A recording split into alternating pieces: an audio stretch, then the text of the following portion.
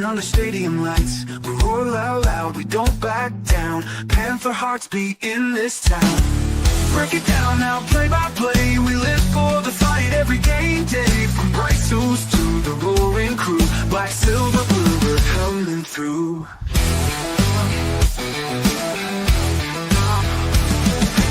Dave's got the play to keep us alive. Bryce slings it deep like a panther dive. We break it down, stats and scores. Postgame heat that leaves you wanting more.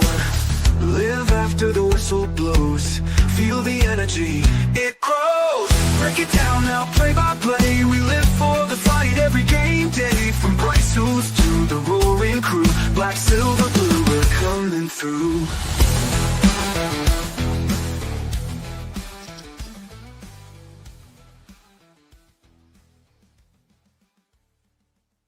Come on, folks, take a seat on the C3 therapy couch. It's Sunday. At least it's consistent.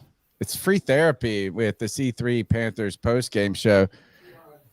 I'm the professor, but tonight I'm a doctor, and I'm giving out prescriptions for antidepressants to anybody that needs them. I mean, just walk in the door, the script getting signed, you're going straight to the store.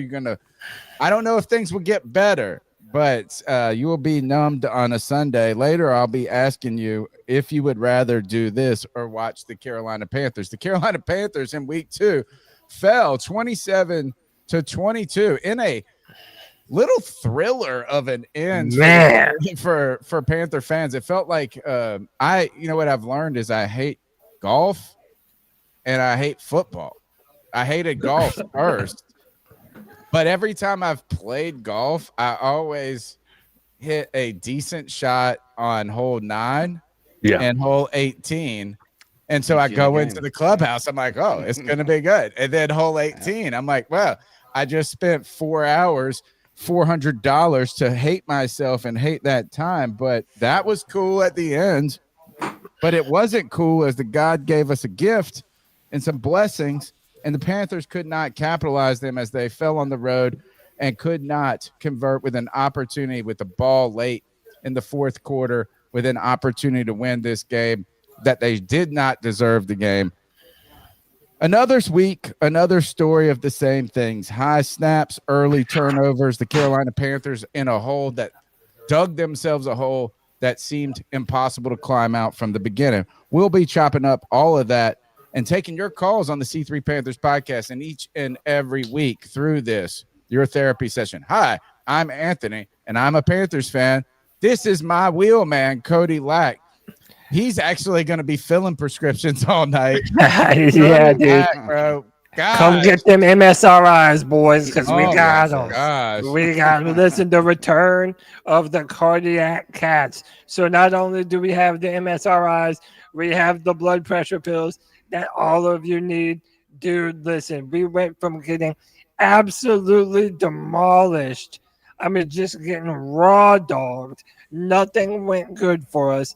And then at the end, the Panthers managed to give us a little bit of life. Man, just for it to be snatched away at the end. What a wild ending to the game. All those different penalties back and forth. And then the play calling went from decent moving the ball to just nothing but a bunch of go routes. What the literal fuck? Tony, we're going to have a great show today. As you said, we're taking everyone's calls at 252-228-5098. And you know we're going to do it with the best damn Panther fans in all of YouTube, Tony Dunn. There's so many to name. And thank you to our boy Strats for gifting 20 C3 Panthers podcast memberships to all of those in the chat. Yes, sir. Oh, dude, appreciate you, Strats. Boys, it's time to do another post-game show, man. The number's 252-228-5098. We'll be taking calls early and often. CK in the house, the man with the golden pipes.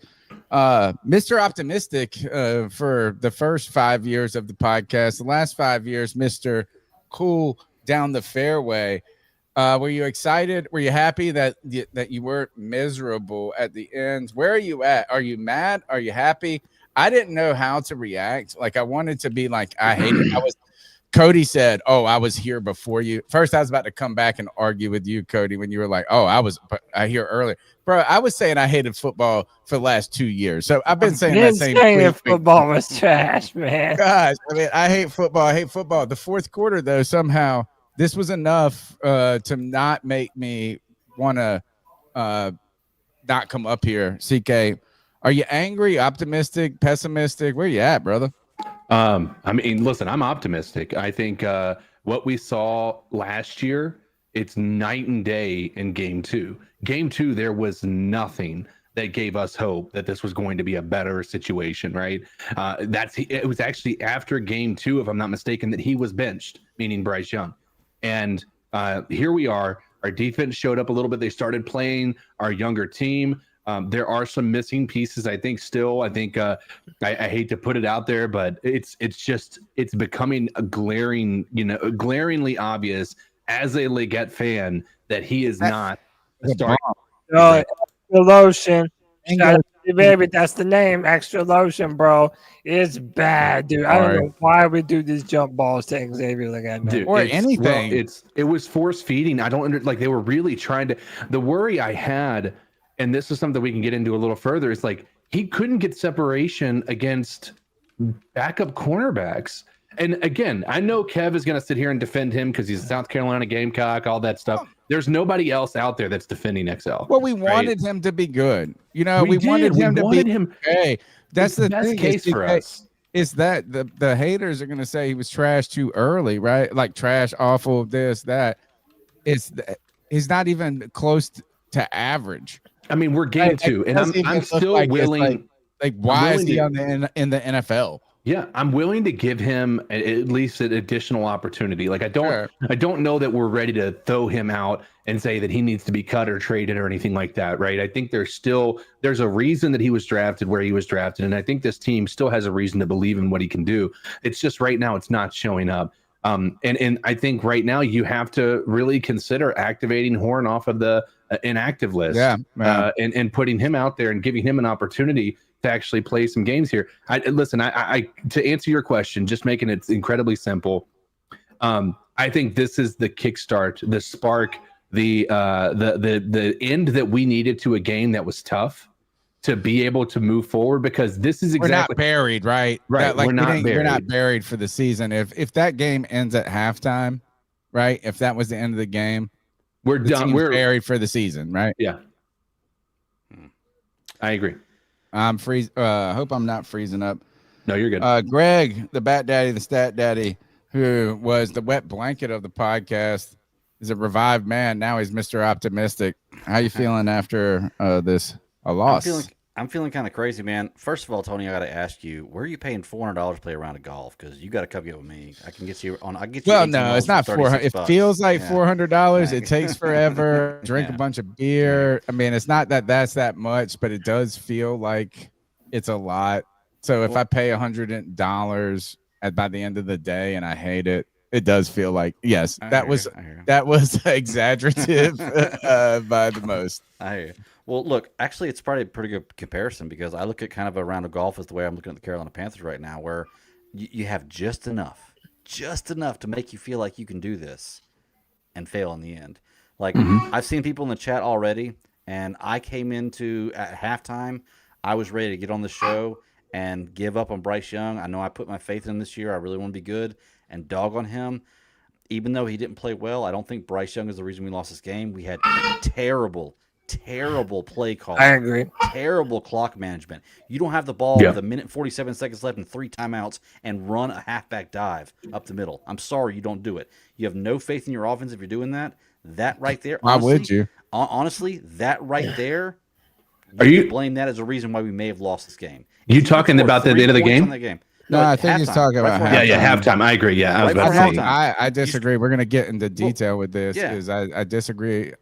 Greg thinks that this was poor play calling at the end of the half. I think it wasn't terrible play calling. I think the problem is the Panthers couldn't do shit. That's what I think. But we'll get into that. The number's 252-228-5098. We want to know what you guys what the pulse of Panther Nation is again, this is free therapy. You can donate to the podcast in a way by smashing the thumbs up button, subscribing, and being a part of the conversation. Really, every person in the chat. Afterwards, guys, look, there's a new feature on YouTube, the hype button. When you like a video, you can swipe on the comments and hit hype. We're the longest running Panthers podcast. We may not be the biggest in numbers or whatever it may be, and that I don't care, but we are the mightiest because the people that come and hang with us. And if you're new to the podcast, welcome. Check out this community because the community is a family.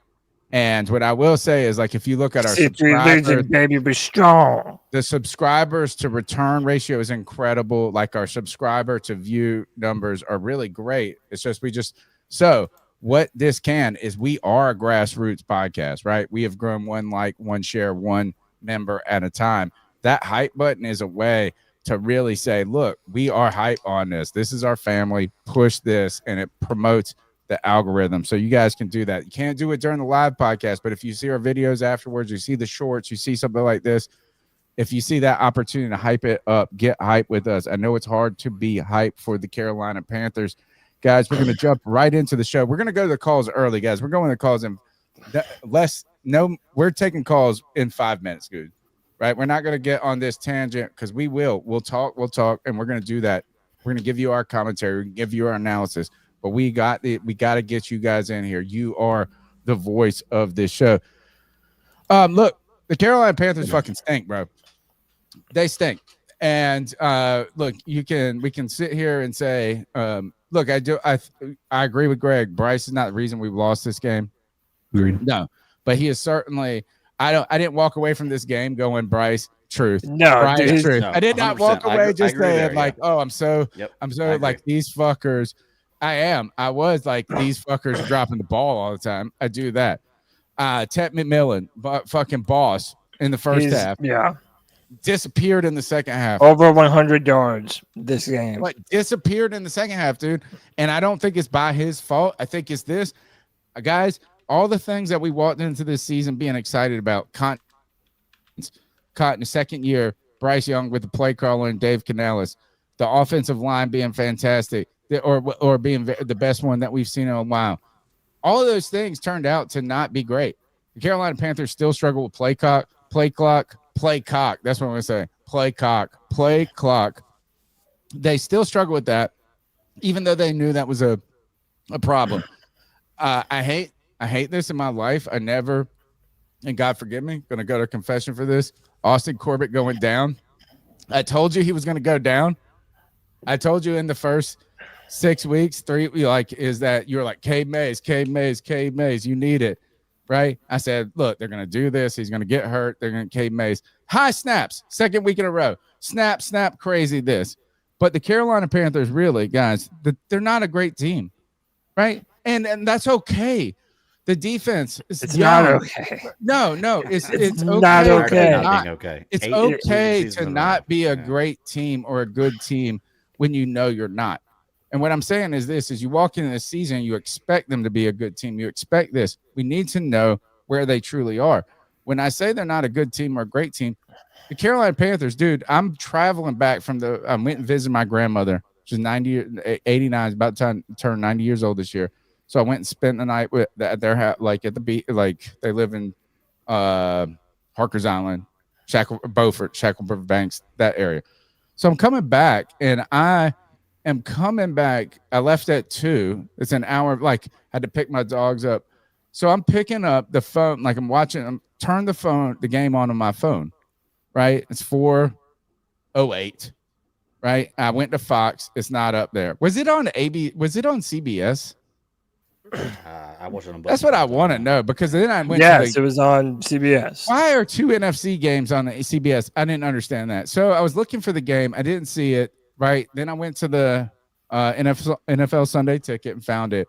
It was 4:12 when I turned the game on, and it was 7-0. I was like, "What the hell?" I'm fucking 5 minutes in. They sung the national anthem, and then scored a touchdown somehow. Right? Yeah, so look, it's that the Basically, Panthers are not good enough, guys. The Panthers are never good. They were never good enough to start from behind from the beginning. So And look, that's what they did. me and the boys were in a StreamYard space, and we were watching the Red Zone before the game started, and we were watching the end of some of the other games, and we're like, "Oh fuck!" Not only did the Panthers game start, but we've already fumbled the ball away and already for a touchdown. Yes, dude. It was, dude. The Panthers are the worst starting team I've ever seen in my life. And then a pick. The second drive, was it the second drive? First quarter of every game is Bryce Young guaranteed to give the ball away to the other team. And now listen, I also agree Bryce was not that fumble was on offensive line though. Bryce was not the biggest problem in this game, but I'll be damned if he is not the slowest starting quarterback that I've ever seen, dude. And the fumbles are just, they're ridiculous at this point, man. He gives the ball away in the dumbest situations. All right, I did not see that play live, right? I went back. I had to try to find it as I was walking in the house.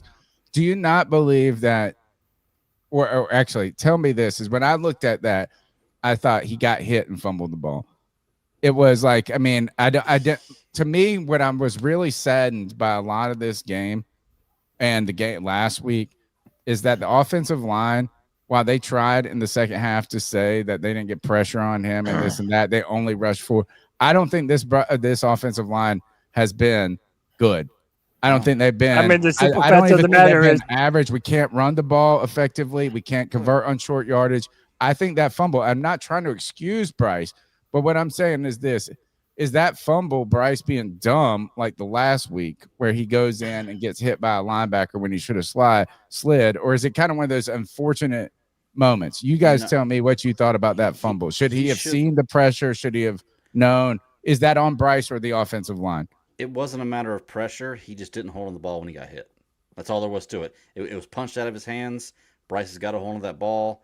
Look, I mean, honestly, you can go back and say, yeah, without that fumble and that touchdown, we may win this game. I mean, you never know because things change as the game goes.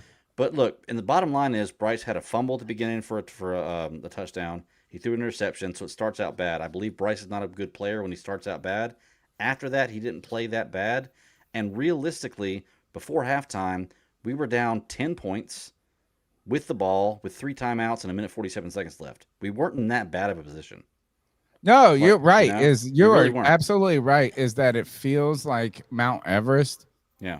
Right. That's what sucks about this team is you're down. If you're down 14 points, it feels like we got to go climb Mount Everest. Yeah. Right. And this is not new. The problem with the Carolina Panthers, I thought this too, and I told my girlfriend this, is I straight up said, she was like, "Oh, look, they actually kind of are there at the end." I said, "Yeah, we need 3 more days to win this game."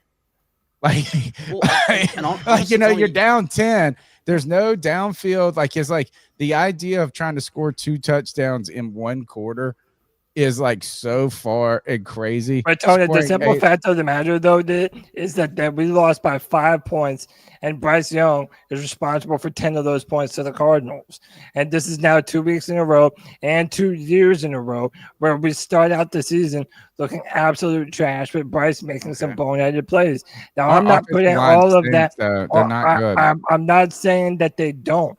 But what I'm saying is that early in this game, the only thing that looked good was Teteroa McMillan, who is for one half. He has surpassed my expectations of what he was going to be coming into his rookie season. He separates far better than I thought he would. He has great hands, but dude, like everything else was so piss poor. Chuba Hubbard really didn't get going until later in the game. They barely use them. They went to Dowdle. They are not. When you're down that much, you can't use Chuba Hubbard, man. But they are not a run-first football team like Canales said that they were. We're supposed to establish the run. They're supposed to establish the run, and they never do. They never do. It's embarrassing, man. The first 2 possessions. This is where I say the Panthers aren't a good team, or average. Like, they don't have any room for error. right? Like is like a good golfer, Greg, can hit a miss, like hit a shot off and recover. But what someone that is not a good golfer, they don't have the luxury of having errors that are not for like difficult shots or whatever it may be or something like that. So the Carolina Panthers, they started out, think about this, they're the worst team arguably in the NFL. And they started out, well, okay, but that's fine. But like, I mean, arguably, that's what I'm saying. There's an argument for them being the worst team in the NFL. And they started out by saying, you know what? We are the worst team. We'll spot you 10. Think about that. Like we don't have the luxury of those mistakes. And even if we fast forward to the end, I mean, I'm telling you, I want to say God is good. Praise the Lord. I believe I'm Catholic. I'm a believer. It gets you through. Like, I believe in this. God gave this team a gift at the end with that dang onside kick, right? Well, it's dude, like that was good execution, though, yeah. man. Well, think about it like this, but think the game's so out of hand. All of a sudden, somehow God gave the Panther fans a gift this week of making the last 5 minutes of our evening worth watching. And then what happens? Look, you have penalty. Yes, they called a bad penalty. I think they called a bad penalty on the Cardinals. If I was a Cardinals fan for that roughing the passer, I would have been pissed. There was a makeup call later, like on the next stuff. The refs get involved. But even that, and this is where I think Bryce comes down to it, offensive line. There was no like the presence. Yeah, he gave you the gift, and then you're like, the play calling. But listen, the play calling is fucking terrible. What does that got to do with these passes? But listen, let's just go to the end of the game, right? Okay, the end of the game, the Carolina Panthers were finally getting some rhythm. Hunter Renfrow, by the way, the only receiver on our team this year with touchdowns to his name. If he's so ass, why are they always going to him? My thing is this, though. We had a rhythm going to the middle of the field, getting the ball out quick, to Bryson Tremaine, JT Sanders, getting the ball in his hand. They were actually doing some good things toward the end there. And then after that onside kick, the play calling was nothing but verticals down the road or down the field balls that just absolutely. Well, why can't we make those? They got away. They got away from every single thing that was putting them back in the game. The routes were far too long, and it was everything that Bryce Young wasn't doing good the entire game. Bryce I thought Bryce was ass at the end. Well, look, and when I say ass, it's like he didn't lose it, but like and look, the offensive line, this and that, Greg, and I'm turning the mic to you. Yeah. It's like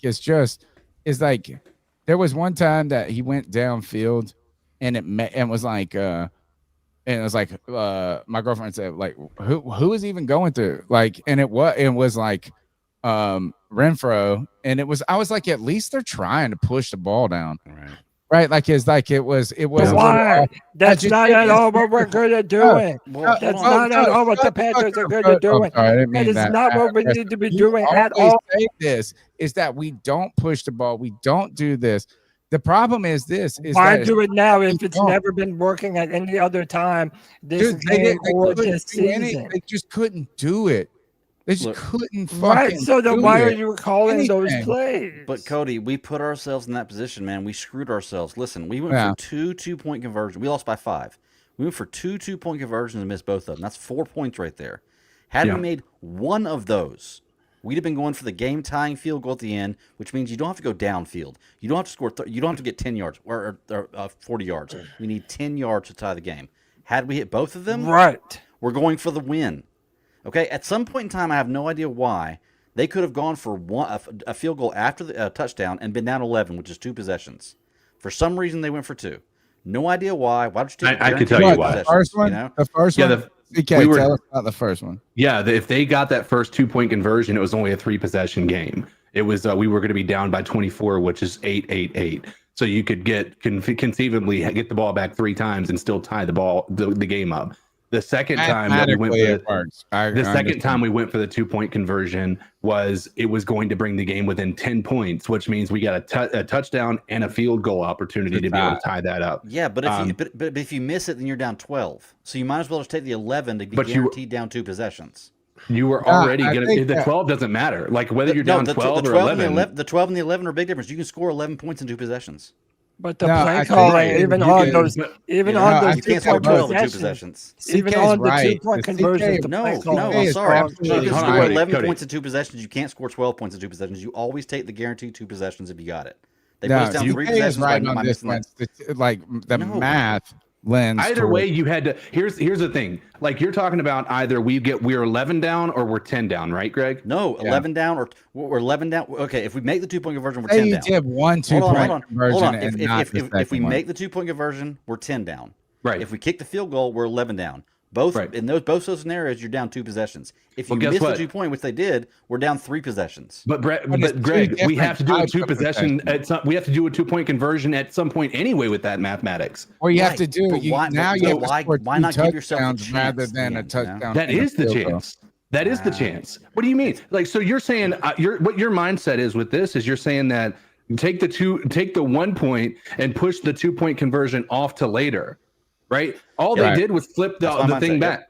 There's no difference to that outcome whatsoever. My problem was not with the decision to go for 2. My problem was the dog shit play calling on the 2-point conversions. Like, you couldn't run the ball in, and where would you even pass the fucking ball to? I thought the Dowdle one was stupid. All of it was fucking stupid. If you're going to go for 2, you need to have some plays in your bag of tricks that you know are money to get the ball in the end zone. Line is None of those were. None of those were. Guys, look, you're listening to the C3 Panthers postgame. I got to read some super chats too. Thank you. Go ahead and hit these super chats, Cody, and then take us straight into the cat calls because we got to get working these calls. Hey man, Flames watch member for 10 months says it wasn't Bryce's fault at the end. The receivers were tired. Mr. Strats, as we said earlier, gifted 10 or 20 memberships. Shout out to Strats. You're the bro. Flames watch for the 199 receivers were gassed at the end. Not Bryce's fault. Yep. Vegas Panthers Drew says Bryce was born to be too short with no clutch gene. Damn, that's really what he was known for in college. Always tippy toeing. But listen, he had a good 4th down, 4th and 16 throw with 3 minutes and 15 seconds left. But that's my point. The throws across the middle of the field were working for us. And then we completely got away from that and started throwing those dumbass go balls. It was stupid. Old school Panther fan with the $20 says I was ready to burn my Panthers here at the beginning of the game, but they finished strong. Keep pounding. Nirvash with the $5 says Leggett had 8 targets and -2 receiving yards. This is a real thing we have to talk about. Didn't he have minus receiving yards last game too? This is me wanting something, and trying to be like, hey, let's be chill. But today, at what point is there anything good to look at? No. And I know that we give grace to other people, and I'm not trying to give grace to some people and not, but really disappointing. And I'm not a route running expert, but it doesn't feel like I don't know what I don't know with Leggett right now, guys, is that I think that I was like hopeful in this and these tools, but I don't see anything that says there's going to be a next step. Yeah, I haven't seen one thing that says like, oh, this is some troubles, this and that. Where is the next step gene? And the Panthers really were making him part of the game plan. They were trying to, the announcers, the commentators were actually very kind of friendly to the Panthers in a way.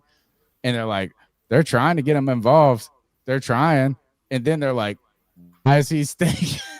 Anyway, we're gonna get back into. Go ahead. Well, I was gonna say this because there's a lot of people that want to talk about how Bryce Young didn't throw good balls to Xavier Legette and everything, and I agree. There were a couple of bad balls, but what your argument is that his one target or his one catch versus 8 targets, that Bryce Young can only throws bad balls to Xavier Legette. Or is it possible that Xavier Legette is not getting himself into advantageous situations by running crisp routes that provide separation? Is it possible in your mindset that maybe Xavier Legette is not really doing his part to get those open yards that he needs to be able to get a ball that's easy to throw to him? Right.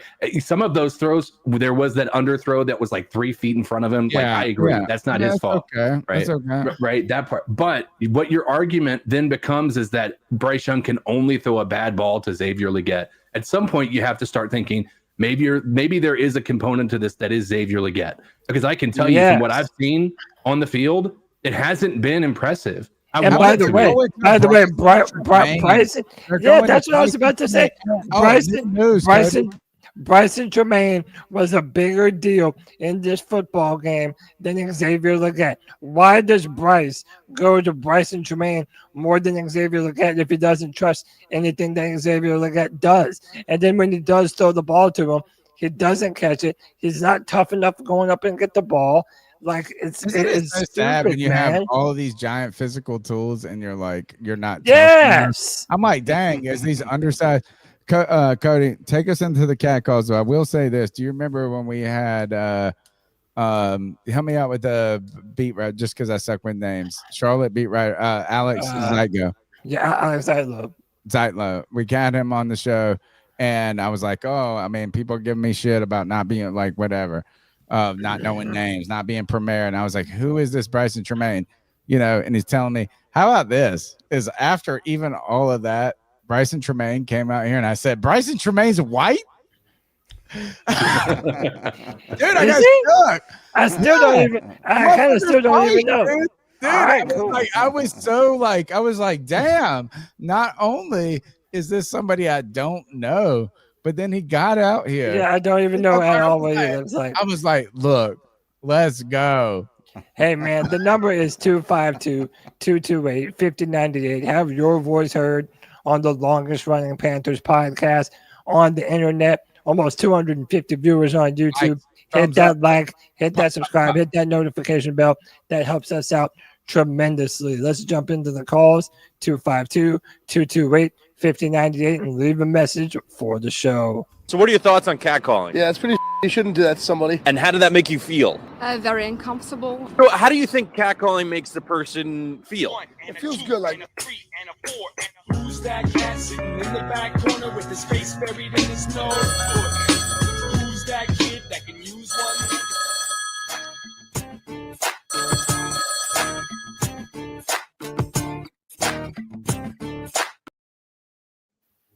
Where's the sound?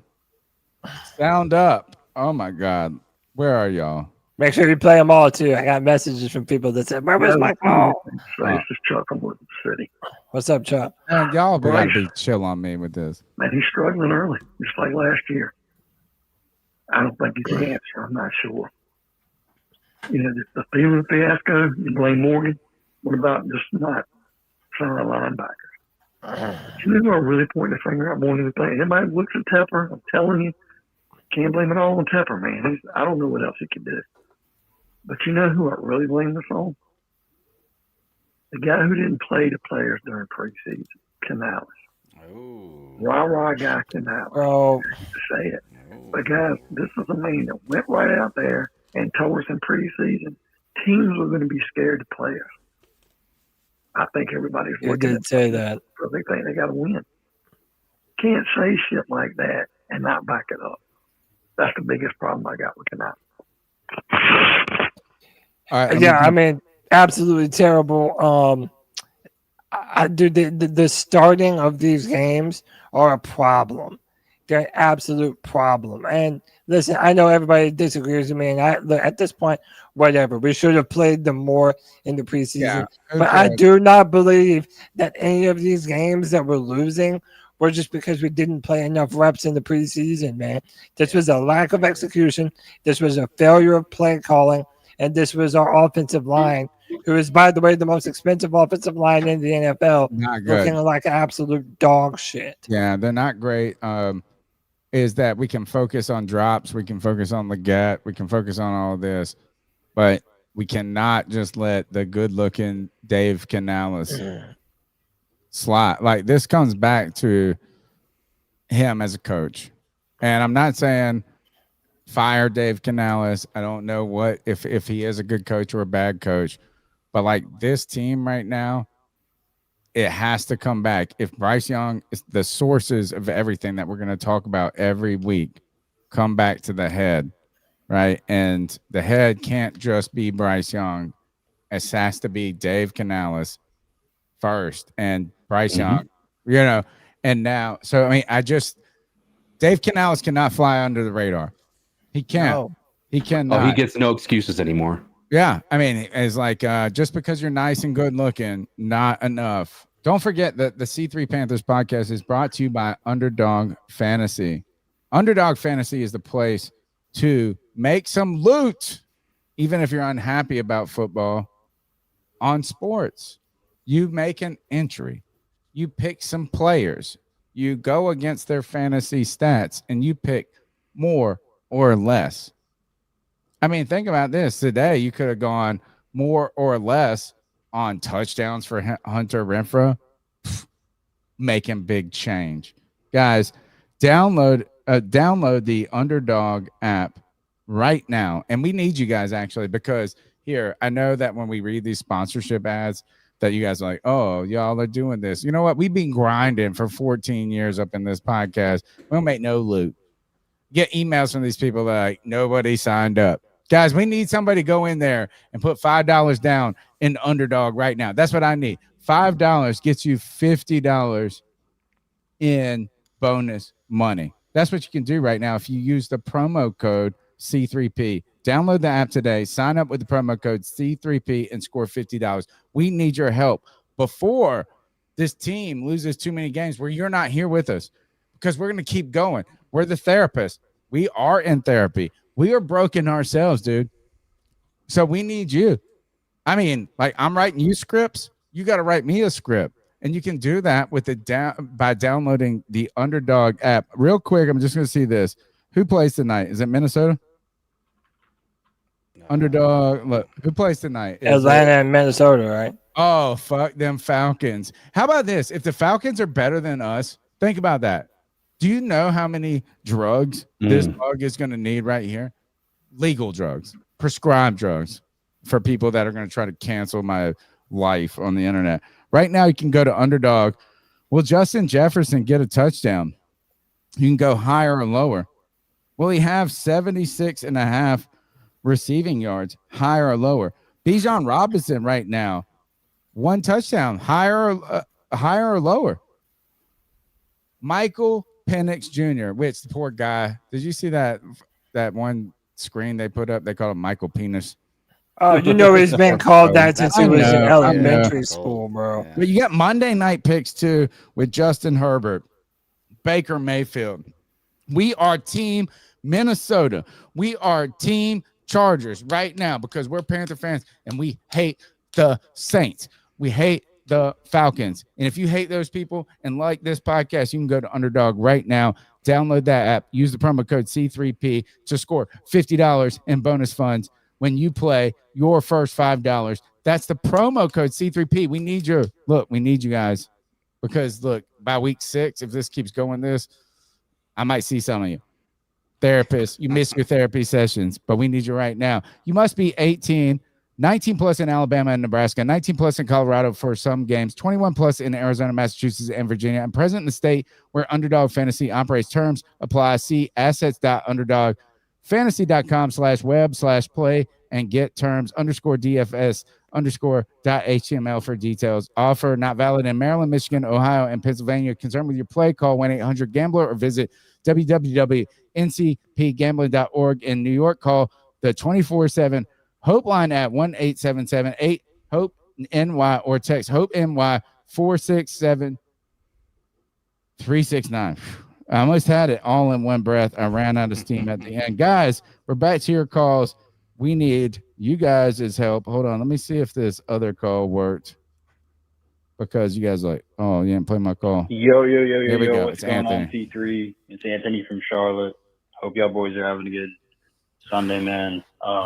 Just took another loss, 27-22 to the Cardinals. Love the fight there at the end. You know, Bryce Young, 328 yards, 3 touchdowns, the 2 turnovers. Couldn't get the run game going. Like I said, Canales lied. He doesn't want to run. And, you know, T-Mac, 6 catches, 100 yards. Great for him. Great game. Hunter Renfrow had a great game. Chuba had a solid game in the catching department. But, you know, Extra Lotion is horrible. He wasn't even on the field the final 2 drives. I mean, we're losing faith in him at this point.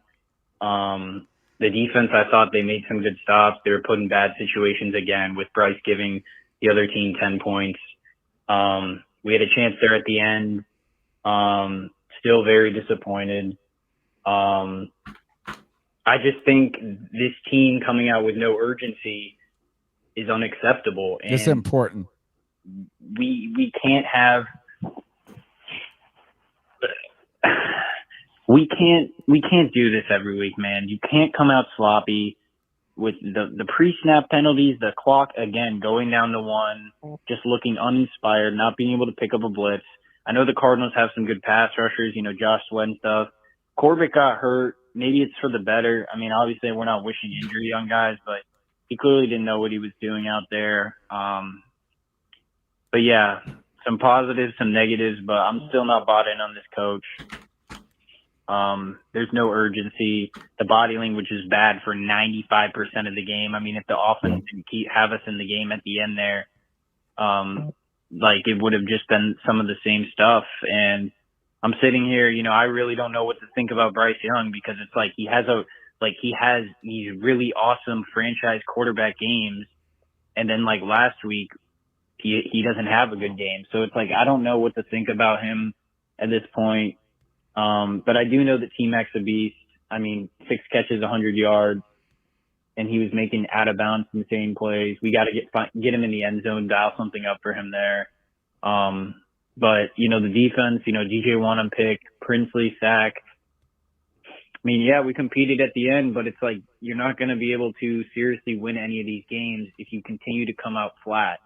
And I still think that's on the head coach, the no urgency aspect. So those are my thoughts. We'll see what happens next week. Tough loss at the end with so many chances there, but it is what it is. Anthony from Charlotte, keep motherfucking pounding. The comeback was something that no one saw coming. Like the fact that we were sitting there at the end and we were like, are we in this fucking game right now? And how? It blew my mind away. That's why it's so baffling to me. To me, the story of the game is why our play caller literally went away from everything that was working for us and changed up the entire dynamic of how the plays were called. By that. Because I think it might be easy to say that in just the exact play, but you got to think down and distance, right? So the Carolina Panthers come out, it's 4th and 5, sack or whatever it was. I can't remember if it was a sack, but then a defensive penalty bailed us out. But all of a sudden, it's 3rd and 15. It's 3rd and 15, dude. Like, what are you gonna do? I mean, no, you're not hearing me. I'm saying that all of the plays that were moving us down the field were across the middle of the field to Bryson Tremaine. It was to JT Sanders, letting them go up and get him. Sanders at the end. And I did see that Bryson Tremaine had a couple too on the 4th and 15 again across the middle of the field. The point is, when at any point in time have the Panthers ever been successful on go balls down the field? And also, Jimmy Horn Jr. was an inactive stretch. Is the problem? It was a major fucking problem. We could have won if it wasn't for the bullshit fucking play calling. They went away from everything that was successful for us. Are you going to sit there and say that it was good? that those were the right play calls to make at the end, chucking the ball 25 plus yards downfield on go routes. I will say It this looks is that stupid. I watched that quarterback and that offensive line he was like, if it was under Every duress, single play, and 4 rush. it didn't seem like this. I don't care. Like, you can draw up the perfect play call. I didn't think that there was a chance on these plays, CK. Like, I mean, like, we can like, oh, should you have done? I actually think this is I didn't like the Dowdle 4th and 1 run on the 2-point conversion when you hadn't established any of that type of game. Right. I didn't love that. Right. I mean, but I didn't think, CK, like, when I looked at these plays, I didn't go, oh, the play calls are wrong. I thought, man, automatically under pressure, panic. I mean, they threw a which I did not like this. I did not like the intentional grounding call because I thought Bryce got hit. Yeah, agreed. That would have nullified that. Like that. So I don't think you can just say play calling. I just thought this team couldn't fucking put, when they had an opportunity, you get down late, somehow you're still in this game, you get a onside conversion, you get an opportunity to move the ball, just do this. And they just didn't make any plays. And I thought Bryce, right, because they weren't doing any of the things that made them successful earlier. You're trying to get to the end zone, and you were actually doing something successful, cutting across the middle of the field, and then now you're throwing go routes, and of course it all stalled, and Bryce ended up taking numerous different sacks. How many sacks did Bryce take on that final drive, boys? What, 2, 3?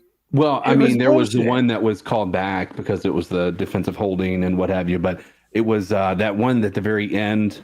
But I mean, at the same time, I mean, here, listen, nobody is going to get, flowers because of, the game was lost, right? At the end of the day, Bryce had a part in that, as is, in my opinion. I was early on in the game, I was about to tweet, my patience is running thin with Dave Canales with the play calling early on in the game. And then, that started to change, whether you want to consider that prevent defense or whatever you want to call it. Bryce Young still had to be able to throw the ball. They knew we were going to be throwing the ball, and he was still able to do it successfully. So at the end of the day, that's still, he still deserves a lot of credit. That 4th and 15 that he completed across the middle, was it to Hunter Renfrow? That was for the first down. That allowed us to tie the game up right after that. Like, those are major big time plays that we needed to have happen, that Bryce Young was able to complete and make happen. And so I don't think that last drive is, I don't think I look at that and think Bryce Young was the reason that we lost because of that. Right. I don't even think that I'm blaming the dagger though, CK. Well, he had no chance to be in the dagger. He had no time whatsoever at all. You don't think that? Did you see running around like this? Is like we got bailed out on that one penalty with the hold. Sure. On Ted, and then it's like Bryce, come on, man. You're like thinking that you're going to be able to go this way, then go that way. It just wasn't. It was like Robert Hunt came out of the game, Austin Corbett came out of the game. And it felt as Austin though Corbett coming out of the game may have been a good thing.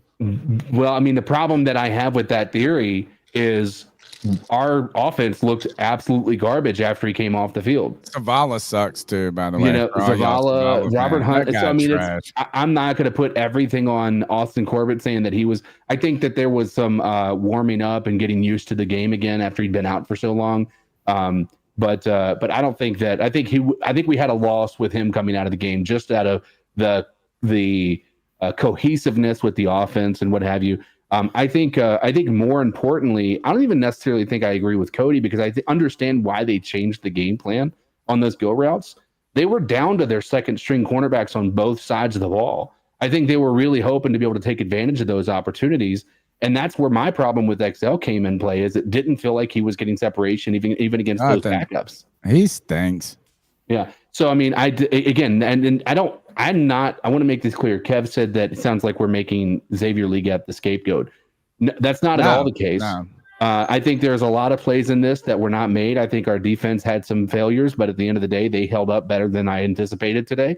But I think that I equally blame a lot of people for this loss. It's similar to last week with the frustration Tony had with not really being able to pinpoint one player or one person. Like, at least at that point, you can be like, okay, it's one. Yeah. Right. This time it was like the offensive line. Even when they were all in there, they were failing early on in the game.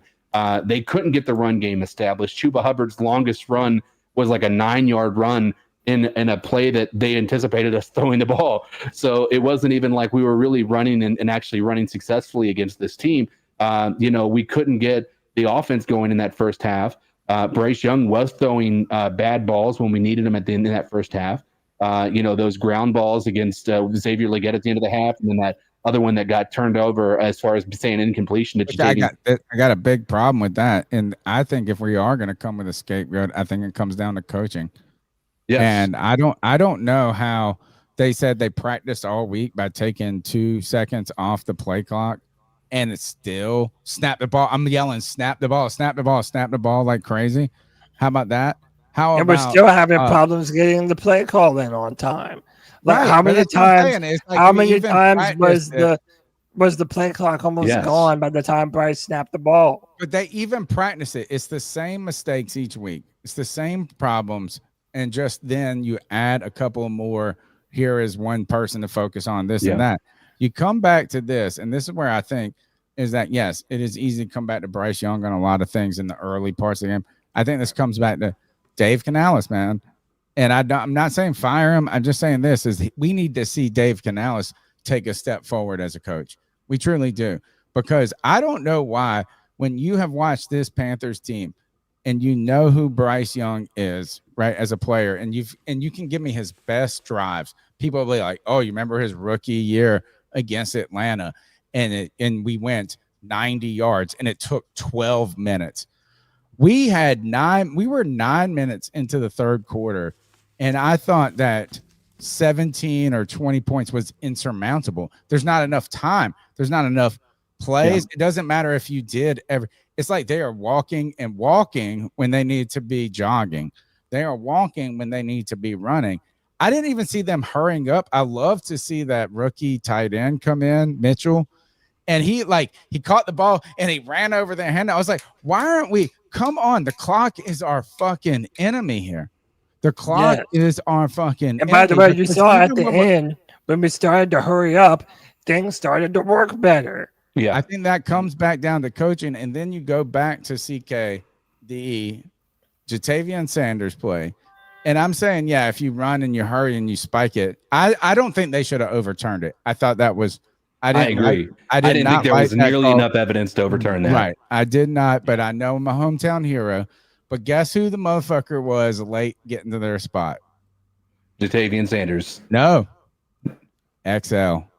Oh, man. Oh, it yeah. was running back around. You know what I'm saying? It was just like, damn, XL, we're trying. We're hoping. We need you.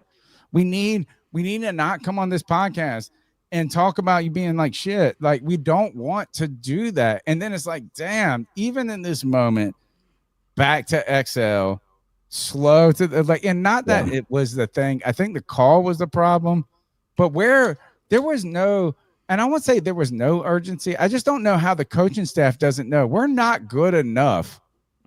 I told my girlfriend, I said straight up, she said, oh, you guys could come back. You might be able to get it. I said, we need 3 more days.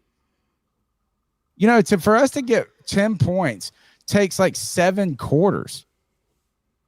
It just takes forever. Look, our best drive, we started it was like 9 minutes, or like it was 8 minutes in the third quarter. It was like 2 minutes in the third quarter left. It took 6 minutes to do nothing, essentially, or something. The number's 252-228-5098. Look, we're going to take a call that was from early. This is at 4:09 when the game started. Let's see how Lou from Fort Myers, he loves to call at the beginning. Yep. It's Lou from Fort Myers, and I've seen enough. Come out. This is at 4:09. I'm currently trying to load up a pirate stream so I can watch, because, you know, they took down Stream East. And I get the notification. It's back up, buddy. Hit me up. I'll send it to you. Bryce Young fumble. Sub him out. Sub him out. Sub him out. Sub him out. Sub him out. Sub him out. Sub him out. For the love of God, sub him out. Bro. I'm telling you, Bryce is not a franchise quarterback no more. And He's not, more. man. Was he ever? I'm tired of pretending he is. Make your good picks and wait for the franchise QB is here. You can trade Leggett. You can trade all these other players. And like I said, I'm going to keep saying it. Ryan Williams. Jeremiah Smith from OSU. Draft some linemen. Linebacker. And all these other great players. But, yeah, currently trying to load into the stream, but I've seen enough. I don't even think I want to watch it. I already got a feeling how this game is going to go. And usually we own Arizona. But all right, this is awesome. This Look, week we got Lou. I got Lou. Love every He called single one of after the letting game. y'all do this, 7:23. Here's Lou from Fort Myers again. Let's see what he's got to say. Yo, it's Lou from Fort Myers, and what can I say, bro? What can I say? You gave this man a whole minute, and he can't complete one fucking pass, bro. We're at their own 40. I want to blame this game on Bryce because that first half was absolutely disgusting. Gave him good field position, but there's so many people to call out. Leggett got to go. Leggett got to go. Start Bryson Tremaine over Leggett. Simple. End of story. I'm tired of giving these first-round picks these fucking leeway because you were picked in the first fucking round. There's so many former first-round picks that are bouncing around the league because you're a former first-round pick, and that's exactly what Xavier Leggett is. He's fucking doing cardio out there on the field. Fair. Another person that I need to fucking go. Pretty much. This fucking offensive coordinator, bro. We cannot drive the ball down, bro. We cannot drive the ball down the field. Good special teams draw, but how do we not get one first down with all those penalties? How do we get not one first down, bro? Like, bro, what are we doing, bro? Dave Canales, Avero couldn't even stop a minute defense in the second half and get scored on, bro. Got fucking linebackers. Bro's booming. That's what I was thinking of. He gotta go, bro. Get this old ass man off. Yes. Oh, the linebackers are so shit. Else. They're so shit, dude. One, bro. Good ass game. I can't be mad. But Bryce need to stop with these turnovers, bro. No excuses from him, bro. Absolutely zero. Yeah, I think that's probably the end of his call. One, dude, I echo the sentiment of everything that Lou said. The turnovers from Bryce Young are abysmal. And listen, I know a lot of people were excited about Bryce for a long time and felt that he could be a good quarterback. But a lot of the super fans need to hold him accountable. And that's not saying that he is the only thing wrong, but it is saying he clearly has a turnover problem. It's ridiculous at this point in time. He inspires no one. When you look at his interceptions this year, would you agree that there were other mitigating factors involved as well that caused those interceptions? I mean, yeah, but I can say that of almost any one of them. Yeah. I also think that he had a major part in absolutely all of them, though. My point being would be, as an example, the 3 interceptions, right? 2 of those interceptions, he was hit in his arm when he threw the ball, and they were ducks that were easy pickoffs at that point in time, right? The other one last week was a ball that went through the hands of Rico Dowdle that should have been caught, right? Whether you want to say it was a bad ball, it doesn't matter. It hit his hands. It was both of his hands were on the ball, regardless. Fine. He made it. Also, by the way, and I'll let Greg go. There was a third down conversion in this game, early in the game, where he threw it to Bryson Tremaine, and he threw it behind him. And if it wasn't for Bryson Tremaine being able to scoop it up, that ball could have very easily been intercepted. Do you know how many quarterbacks every single week have a throw like that exact situation? Yeah, but he has more than those. He has more than those other quarterbacks. But my point being is that there is, I agree, there are some things that are concerning with regard to his accuracy, some of his decisions. There was that one last week that was just a horrible decision to throw the ball that luckily turned out not to be an interception because they called it back for a penalty, right? But CK, how about not even the interceptions at this point? Don't you agree the fumbles are a problem with this kid? The two fumbles that both of them were from behind, and that's the worry I have is like it feels as though he's being like the argument. I think the criticism I am more worried about at this point in time is his lack of awareness of the pocket.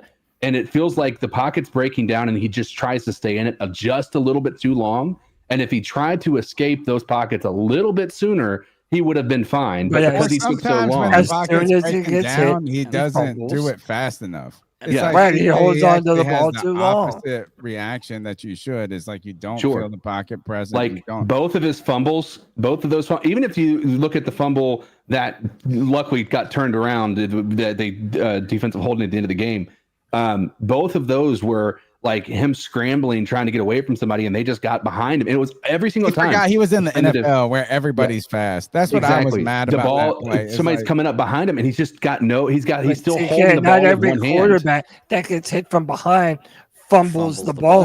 I'm not using that as an excuse. You're misreading my statement. I just stated he's running around in the NFL. He's taking too long to hold on, get out of the pocket or get rid of the ball, and he's not holding onto the ball with both hands when he's on a scramble drill. All those things that you just mentioned are his fault. Greg, I agree. I'm not saying they're not. Greg, here's the poll: is because I'll tell you my answer to this was Bryce Young more accountable, or like we got to think of what the wording is, more of a contributor to the loss in week 1 or week 2? Okay, and to me it's to me the answer is unequivocally week 1. And it just sucks that the Panthers can't play from behind. We're just not good enough to squander possessions. But then at the end, guys, is like you're talking about play calling, Cody. I just don't agree. It's like there's just like at the time we were given an opportunity to do something. We were given a gift. I tweeted, God is good. The first time that we got an onside kick, right? Like we had no right to have an opportunity to win this game. You know what I'm saying? The Panthers did not deserve to be in a position with 2 minutes left to actually win this fucking game. But I'm like sitting here, I'm saying, thank you, Lord. Thank you for this moment. Thank you for the opportunity. I was thanking the Lord right here that this podcast is still meaningful, because if you end that game with 5 minutes left, we're walking up here and it's terrible. But so also remember, Bryce was not good. He was not terrible. Tony, let me make an example for you. And I don't like this play calling joint. No, but let me tell you why. This is like a food critic coming to your burger restaurant, and you're making some good burgers, throwing them up on the grill, and then the food critic comes and you decide to make sushi for fucking what? That's not what you do. Did that. That's not at all what you do. You should be talking about. None of those play callers at the end were designed to play to the strengths of Bryce or the receivers. I disagree. I think this too is, where was Tet at the end? Why were they not looking to him? Why were they? And how all of a sudden did they shut him down? I don't believe that. Does that fall on play calling? Does that fall on Bryce? And I gotta say, for all those motherfuckers that said that Hunter Renfrow is ass, you know how many people said that white boy? They like to say that white boy ass.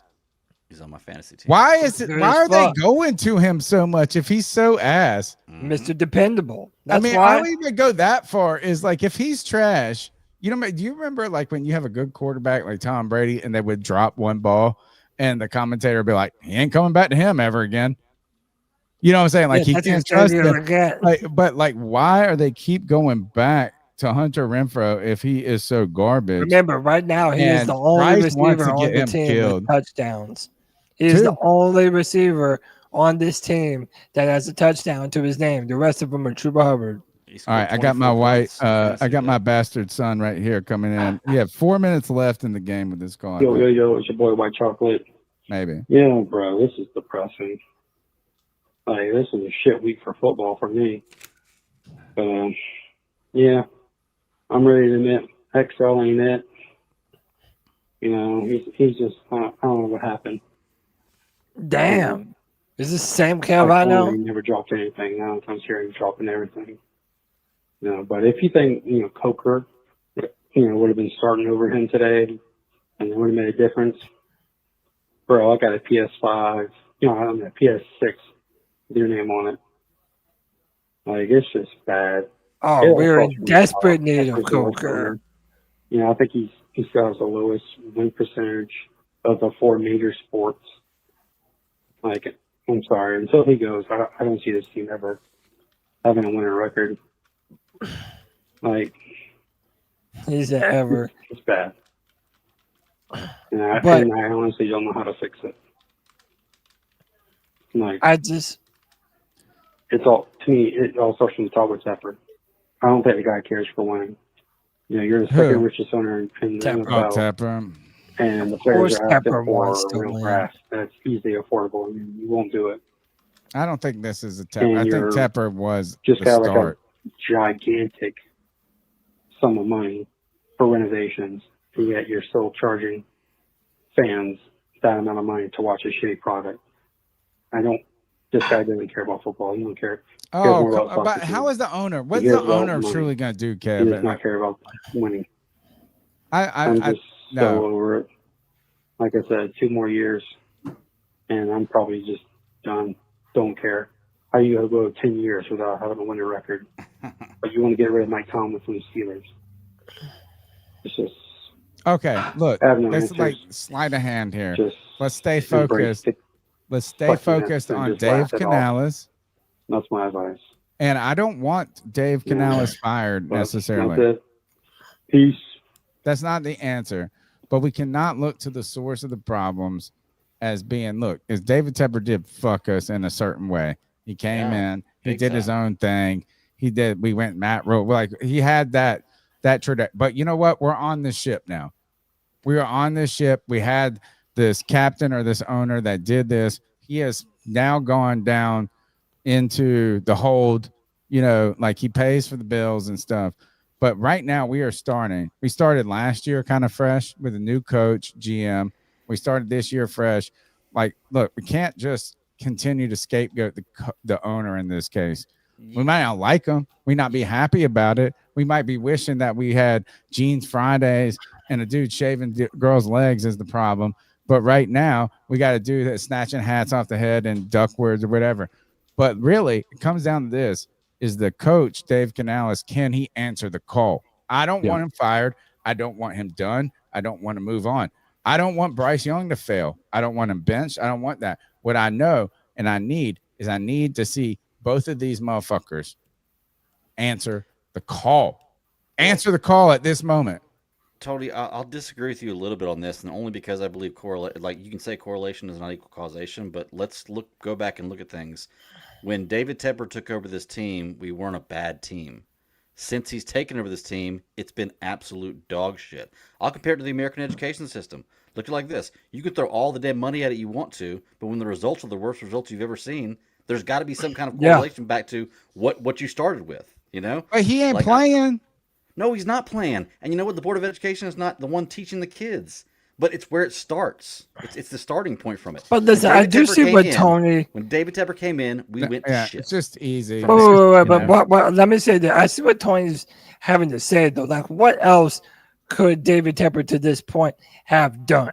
My biggest gripe with David Tepper is I think that he made Frank Reich pick Bryce Young when that staff wanted CJ now, Stroud. if you want to say that we're dealing with Bryce Young, but then you got to also talk about today's problem was not because of Bryce, but that was a source, right, and a real deal. And to be honest, I think that's fair to say. I'm ready to say, look, I like Bryce as a person. I think that in moments that when he's got time and protection that he can look like that point guard that David Tepper said. But if you don't have a little trepidation about this, is that you might wanted an outcome of the Drew Brees.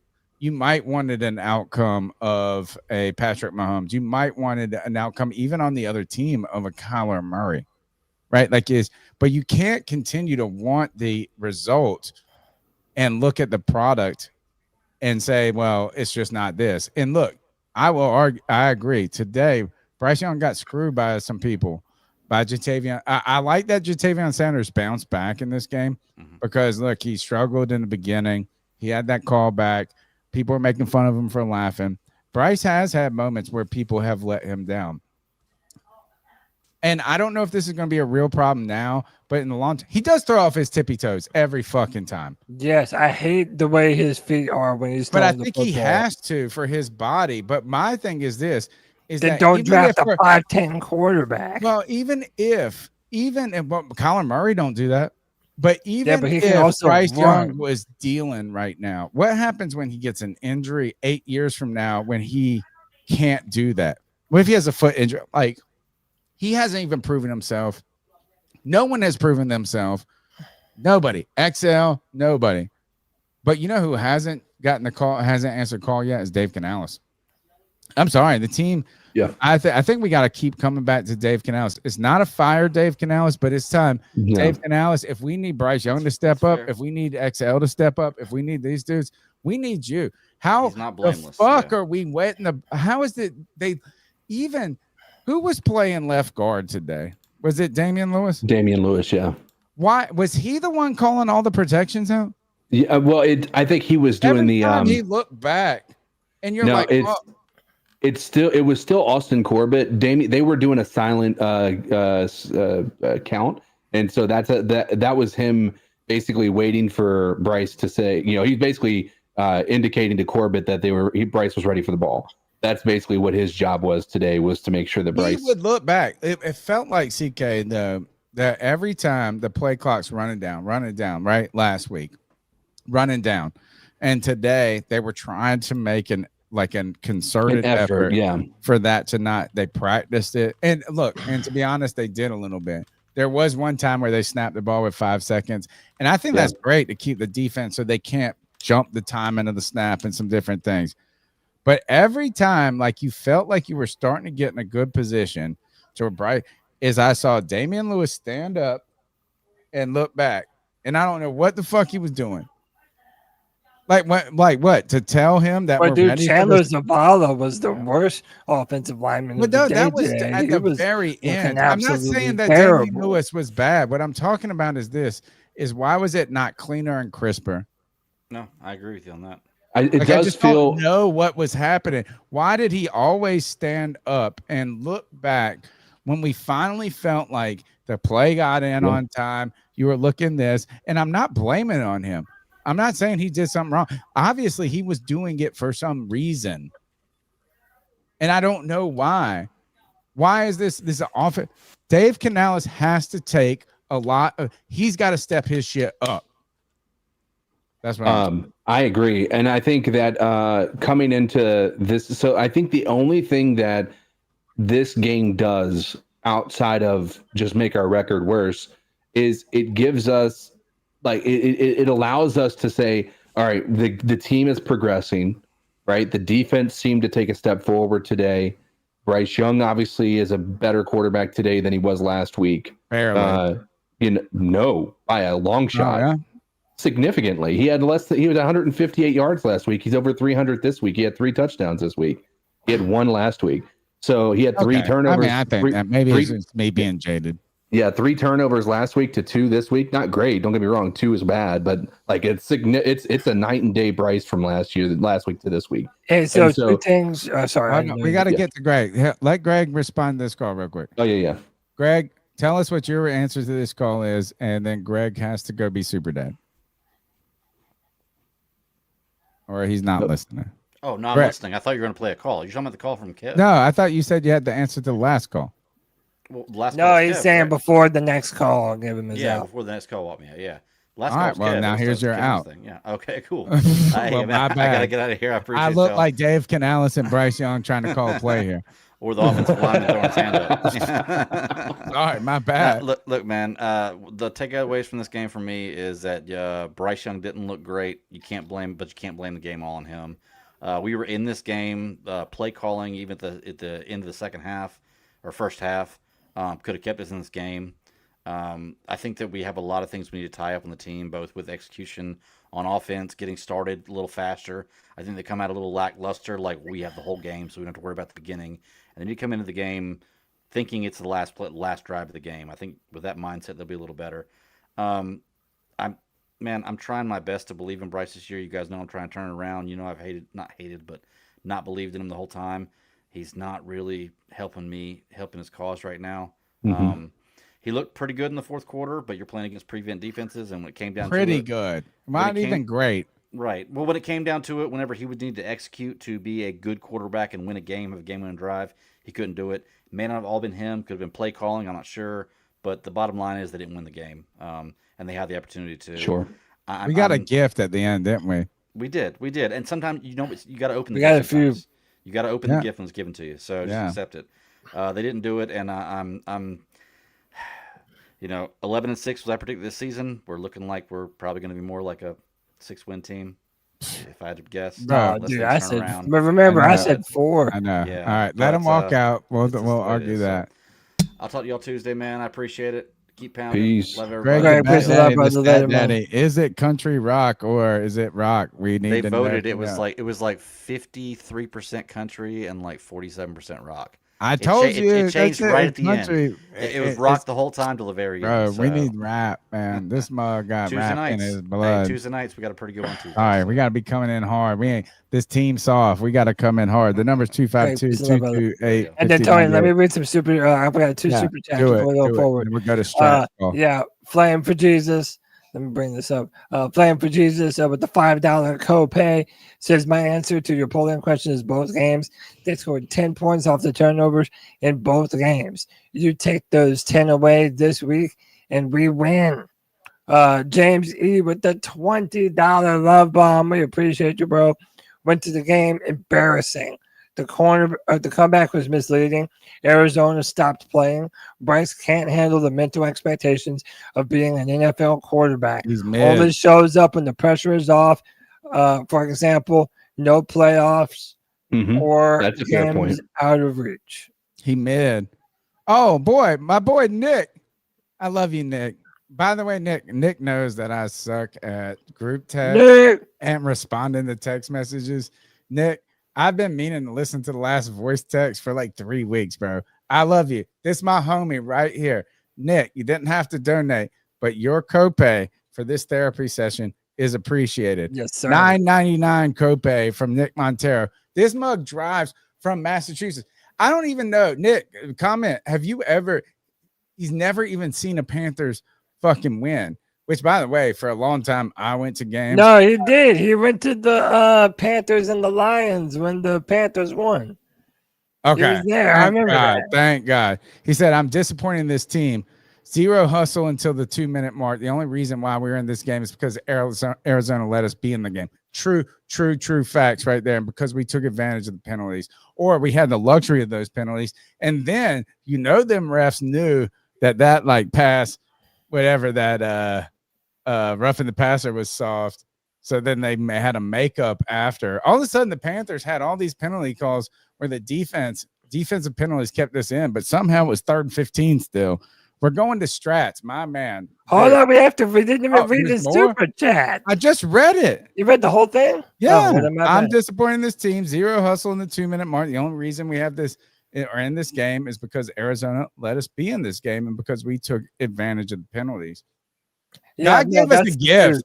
God really gave us a gift. At 4 minutes in this game left, I'm sitting here going, I got to go on this post-game show, and I'm just going to be mad, talk shit. It's like I've already got an exercise. Would you have rather watched this movie? Would you have rather watched the Panthers or Morbius? Would you have rather watched the Panthers or Waterworld? Right. Like, I mean, we could go through this. If that was not for that onside kick, that was a gift from God. And then not only did God give us a gift, the Panthers just like, nah, We'll try. Barely try. The number's 252-228-5098. Let's go to Strats. It's Strats. What's up? Long time to speak, but you know, I guess we watched that game tonight, didn't we? I don't know. They suck. They still suck. I know how the game ended. I get it, but to be honest with you, the recurring pattern I'm picking up on is that they start to perform. That the Panthers start to perform better when all this pressure is taken off of them and they're kind of, you know, looked off as not, you know, we not lost having by it in 10 them to or perform 3 well at that instead point. of by 30. So, like, towards the end of the game, it really felt like the Cardinals kind of started giving up on taking them seriously or whatever, and honestly just didn't think that they were going to do much. And then you could kind of see what happened at the very, very end was it kind of all came crashing back down because Canales couldn't call shit apparently, and then Bryce can't make stuff happen, and then the wide receivers can't get open. So, you know, it is what it is. That they're not good. Let's not, honestly, don't let this be like some type of, I don't know how to call this, but you know, like moral a victory. Imagining that this is somehow like, oh, we've turned the corner and we're doing all right now. No, I don't think so. I think the opposite. I think that they just stopped taking us seriously and they started doing a couple things and it started working for them, which is the same thing at the end of last season and the end of the previous season before that is like the same kind of dynamic is that people stop kind of, you know, taking us seriously enough to where we start to perform. It starts to look better at least. But in reality, we're not that great. We're really not great at all. So I think we have a long, long road to success. And I just don't see or decency. I don't see this season turning out well. Cody, look, there's two comments. Thanks, Strats, my man. Thanks for the ride too. Still 2 years ago. 2 comments here I want to highlight. Look, S.353 says it's the play calling. I'm surprised no one can see that. First, Cody's been griping about that. Right? I'm gonna look, read this, think about that comment, and also look at my bastard son's comment. We have no identity. Your response to those 2 comments, both of y'all, because I have an opinion on both of them. I'll let you go, Cody. Well, I mean, the identity was supposed to be a run-first football team. Yeah. And then we're not because we end up giving the ball away so early in the game. The key there. That in order to try to get some momentum, we end up passing the fuck out of the ball, and it just ends up hurting us. Now, by the way, Joe Person was reporting that Austin Corbett has his leg wrapped up, has his knee wrapped up. Yeah, he was crying. Robert Hunt also went out of the game early. It wasn't looking too hopeful for him either. Right. You know, so to me, that's not a good thing for a team looking to want to run the ball more. Yep. And then secondly, you know, I mean, Tony, like it's even a surprise that you disagree with me on the play calling. If we're saying that Canales needs to take some of the blame, well, he is the play caller. And part of the reason why the Panthers went out and got an offensive-minded head coach was so that way we would have a guy who would be able to pair with the quarterback and put him in the best position to win. And he uniquely doesn't do that. I just think that it's too easy to go play calling when even when they're like whatever these go routes, they weren't even close to being connected on.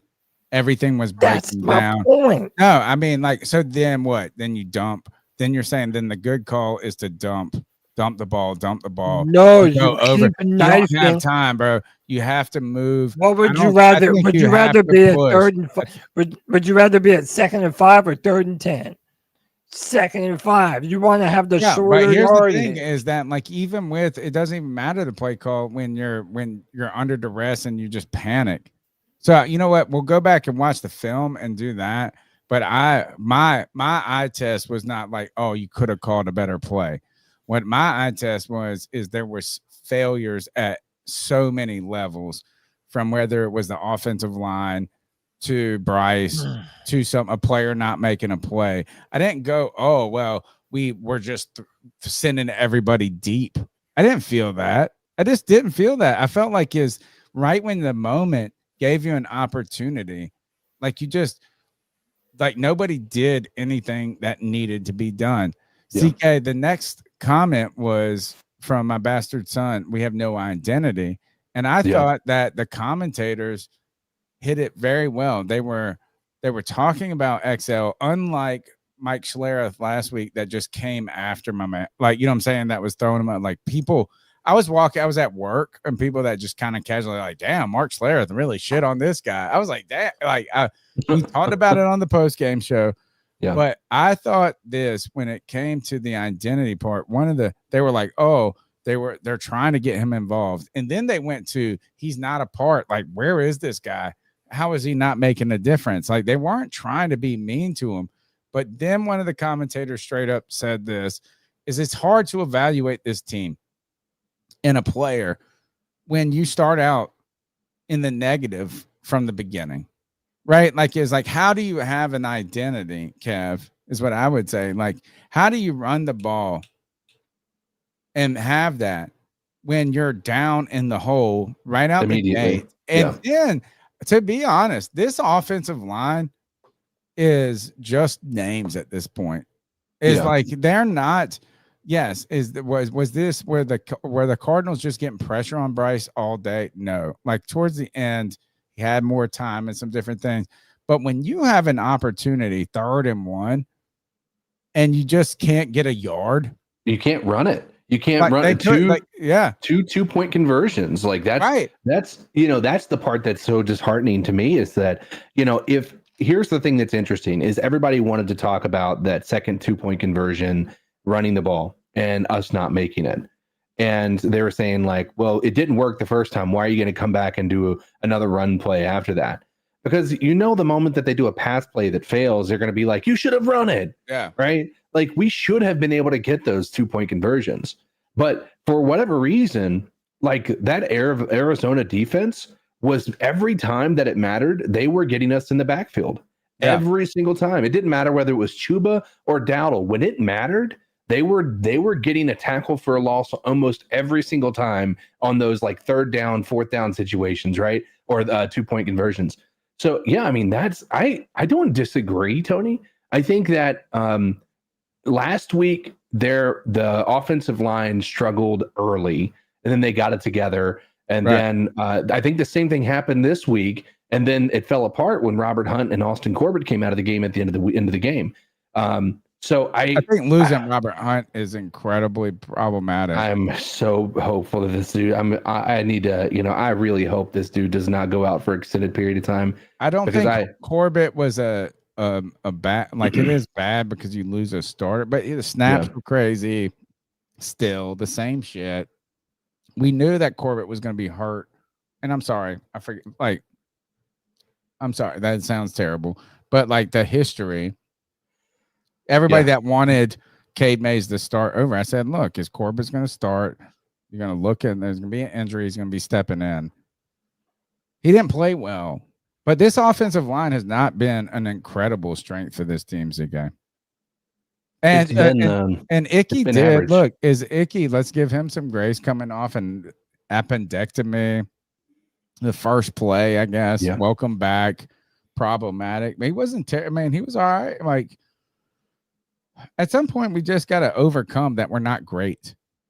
Like, you just got to go out there and find a way. And the team had an opportunity at the end, and they shit the bed. Bryce shit the bed. Everybody shit the bed. I don't know if anybody looked good at the end.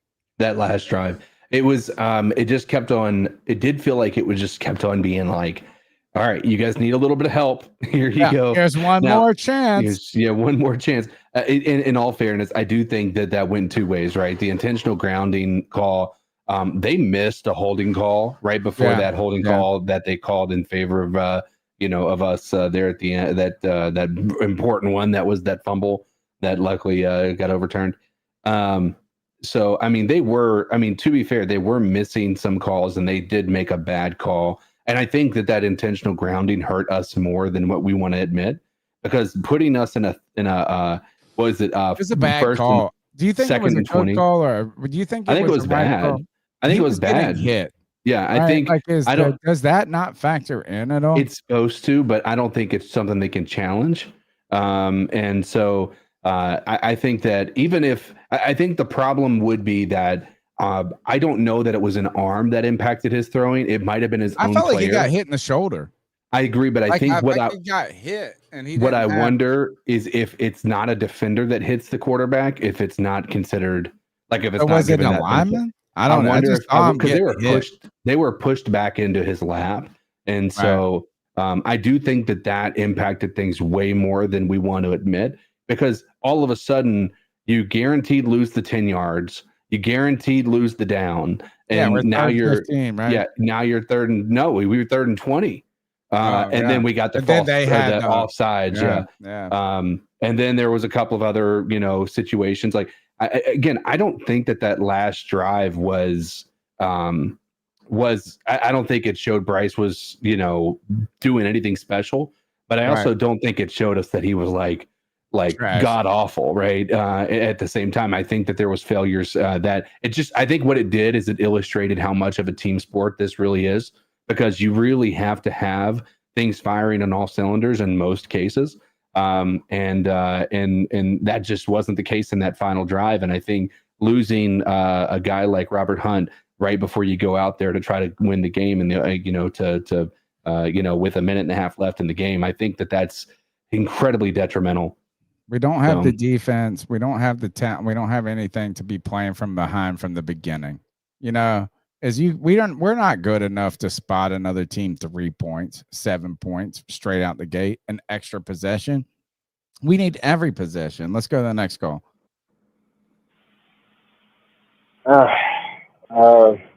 Preston from Hickory here again, my second call.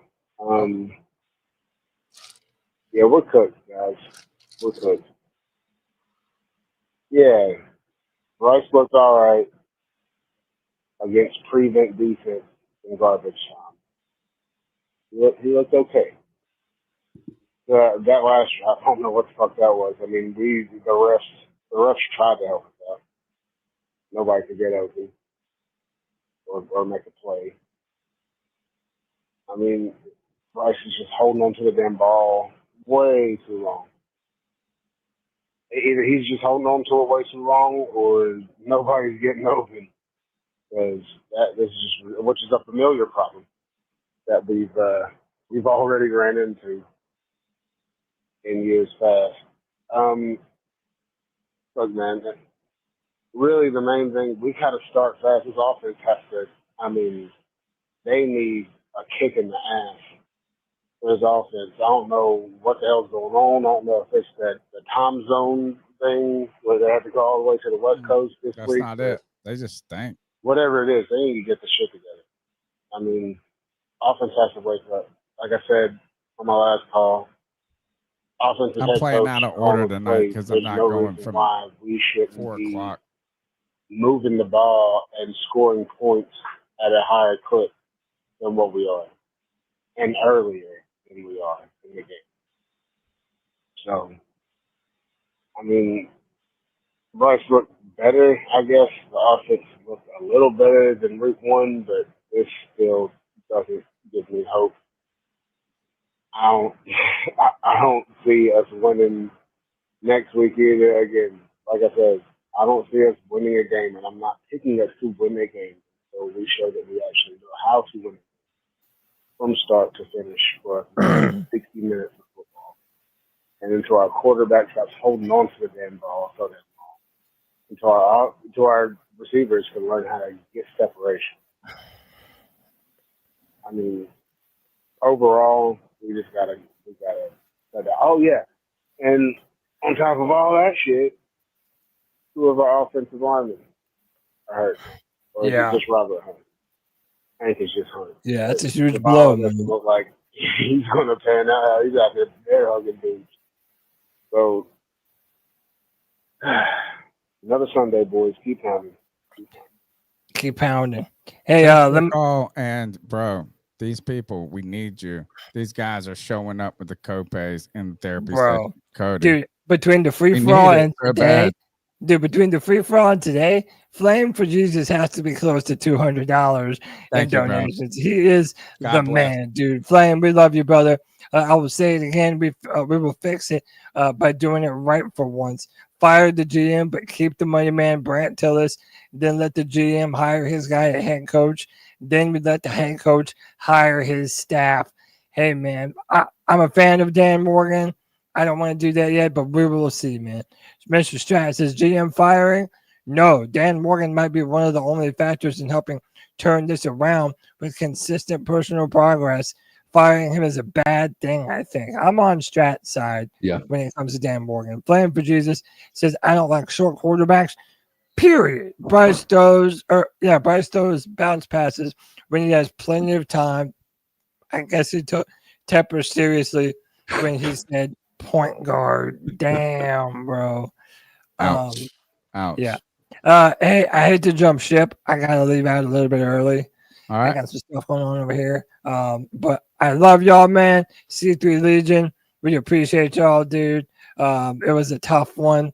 All we have to do is look forward to the next game. That's Atlanta. I'll see y'all Tuesday night, boys. All right. We got it. We got it here. I will hold it down. TK will hold it as long as he can. TK, if you got to go at any point, you know what to do. Oh, you're getting big dog. Hit and play. Let's go. How y'all doing, y'all? G Cavassier. Damn, that was a fucking good game. Good gracious, man. I just wish we would have been more smart with the damn clock. Bryce Young should have spiked the damn ball. They was taking their sweet ass time. Arizona got lucky as shit. Yo, Hunter showed me something today. That motherfucker showed me something. And Bryce, he started playing good when it was too late. I wish he was playing like that in the first and the second. We would have won that shit. But it is what it is, man. I mean, hey, we got an interception and a damn sack. No complaints here, man. You know, I just wish they would have played like that in the first or the second fucking quarter, man. Like, for real. But, hey, we 0-2. We got Atlanta, I think, next week. We're going to beat their ass. Keep pounding. G, we love you, brother. You're my dude. G Cavassier got to be one of the coolest names for a caller all day. He's been with us for probably 10 years or more. How are you going to walk in there and say we're going to beat Atlanta, CK? Right now, I don't know if the Panthers can beat themselves. Oh, wait, they do beat themselves every week. CK, like, at what point? I know, look, we want people that love Bryce or you know, hopeful, and I'm hopeful for Bryce. I'm hopeful for Dave. I'm not on the fire Dave Canales train. Yeah. I am not on the Bryce is a bust train. What I am on the train is that these guys have to work. We need Bryce to like, dude, I didn't walk away today saying Bryce is the truth. Like, it's like, I mean, like, I was like, he won't the problem. That I didn't walk away saying, oh, he was the problem. I didn't walk away but I don't feel confident in any single component of this team. I don't know if I disagree. And the reason I say that in that way, I think there were flashes, right? Like that last touchdown pass to Hunter Renfrow, that was like a laser beam right where it needed to be. Like, it was just like moments like not that. The one where he fell down, not the fall down. No. Okay. No. Or that it was almost where he threw it to Bryson Tremaine and just on the run, just kind of like almost like it was a sidearm. Like, there are moments like that. You're like, dang on, he's got it. But the problem is some of the worst quarterbacks ever to exist on the planet have had a moment where they showed sparks, right? Right. I mean, I don't. The reason I say I don't know if I disagree is because I think that you see it, but it's just not enough to where you're like that last drive as an example. Every single time he dropped back, I'm like, there's a good chance this is intercepted, right? Yeah, or it just fell apart. It just didn't come together. Right. And so listen, I'm on board with you on that front. I don't think that this game, even though the stats are going to show that, I don't think that this was a game where you're going to look back and you're going to be like, this is a statement game for Bryce Young. If we had won that Eagles game last year, that would have been a statement game for Bryce Young. If we had won against the Chiefs last year, that would have been, because I mean, he was both of those situations, he was driving game-winning drives there towards the end, and it just, failed, or, we tied it up, and then they, our defense just didn't make it happen, or even that Tampa Bay game, right? There's been moments that have gone to being a possible statement game for Bryce Young, but in a lot of those cases, he was failed by the people on the team, not himself. Yeah, and he was failed by people today. I want to say too, CK, is that this wasn't I don't need a statement game in a sense. It's like, oh well, now we're with you forever. But what is their motto? Do you remember I said I hated the motto? Leave. It was the make your mark. Make our mark. Leave your mark. Oh, leave our mark. Leave our mark. Yeah. Yeah. How about this? I said that they should have changed it to make your mark. Like today was an opportunity for you to be a failure of a fucking team. Right? Like, I mean, when you walk into that coaching room or you look at the tape or whatever, Monday morning, Dave Canales is going to say, I failed y'all. You failed. Like, we all failed. But it was a moment for them to find a way. Yeah.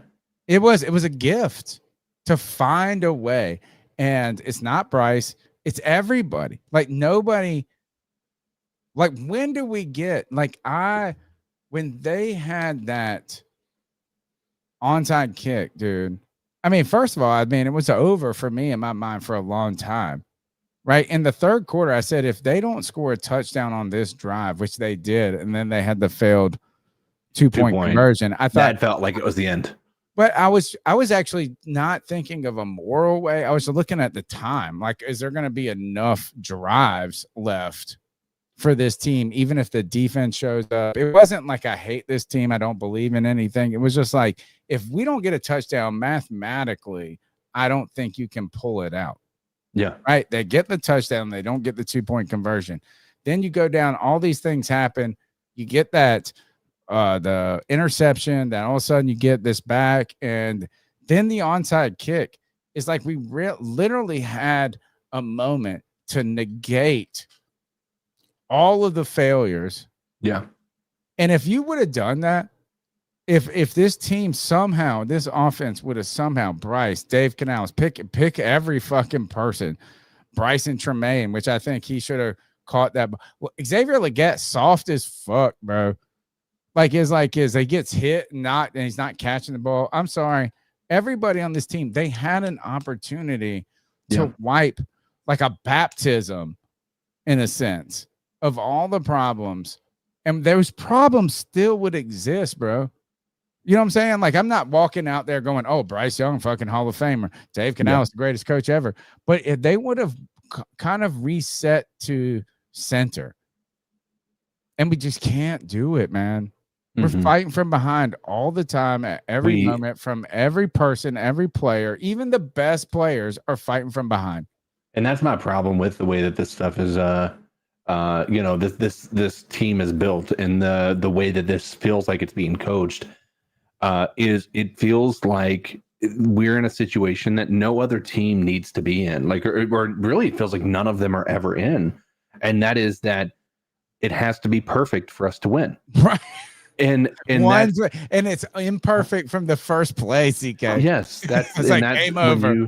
When you realize that everything has to go well, like part of me is wondering, number one, and I think it's valid to have this question. A lot of people in the chat have been asking this, like, what do you think has kept Evero on the staff? Because here's the thing. I think the offense sucking, bro. Has this defense have they been as awful as they should be? They've been pretty bad. Yes.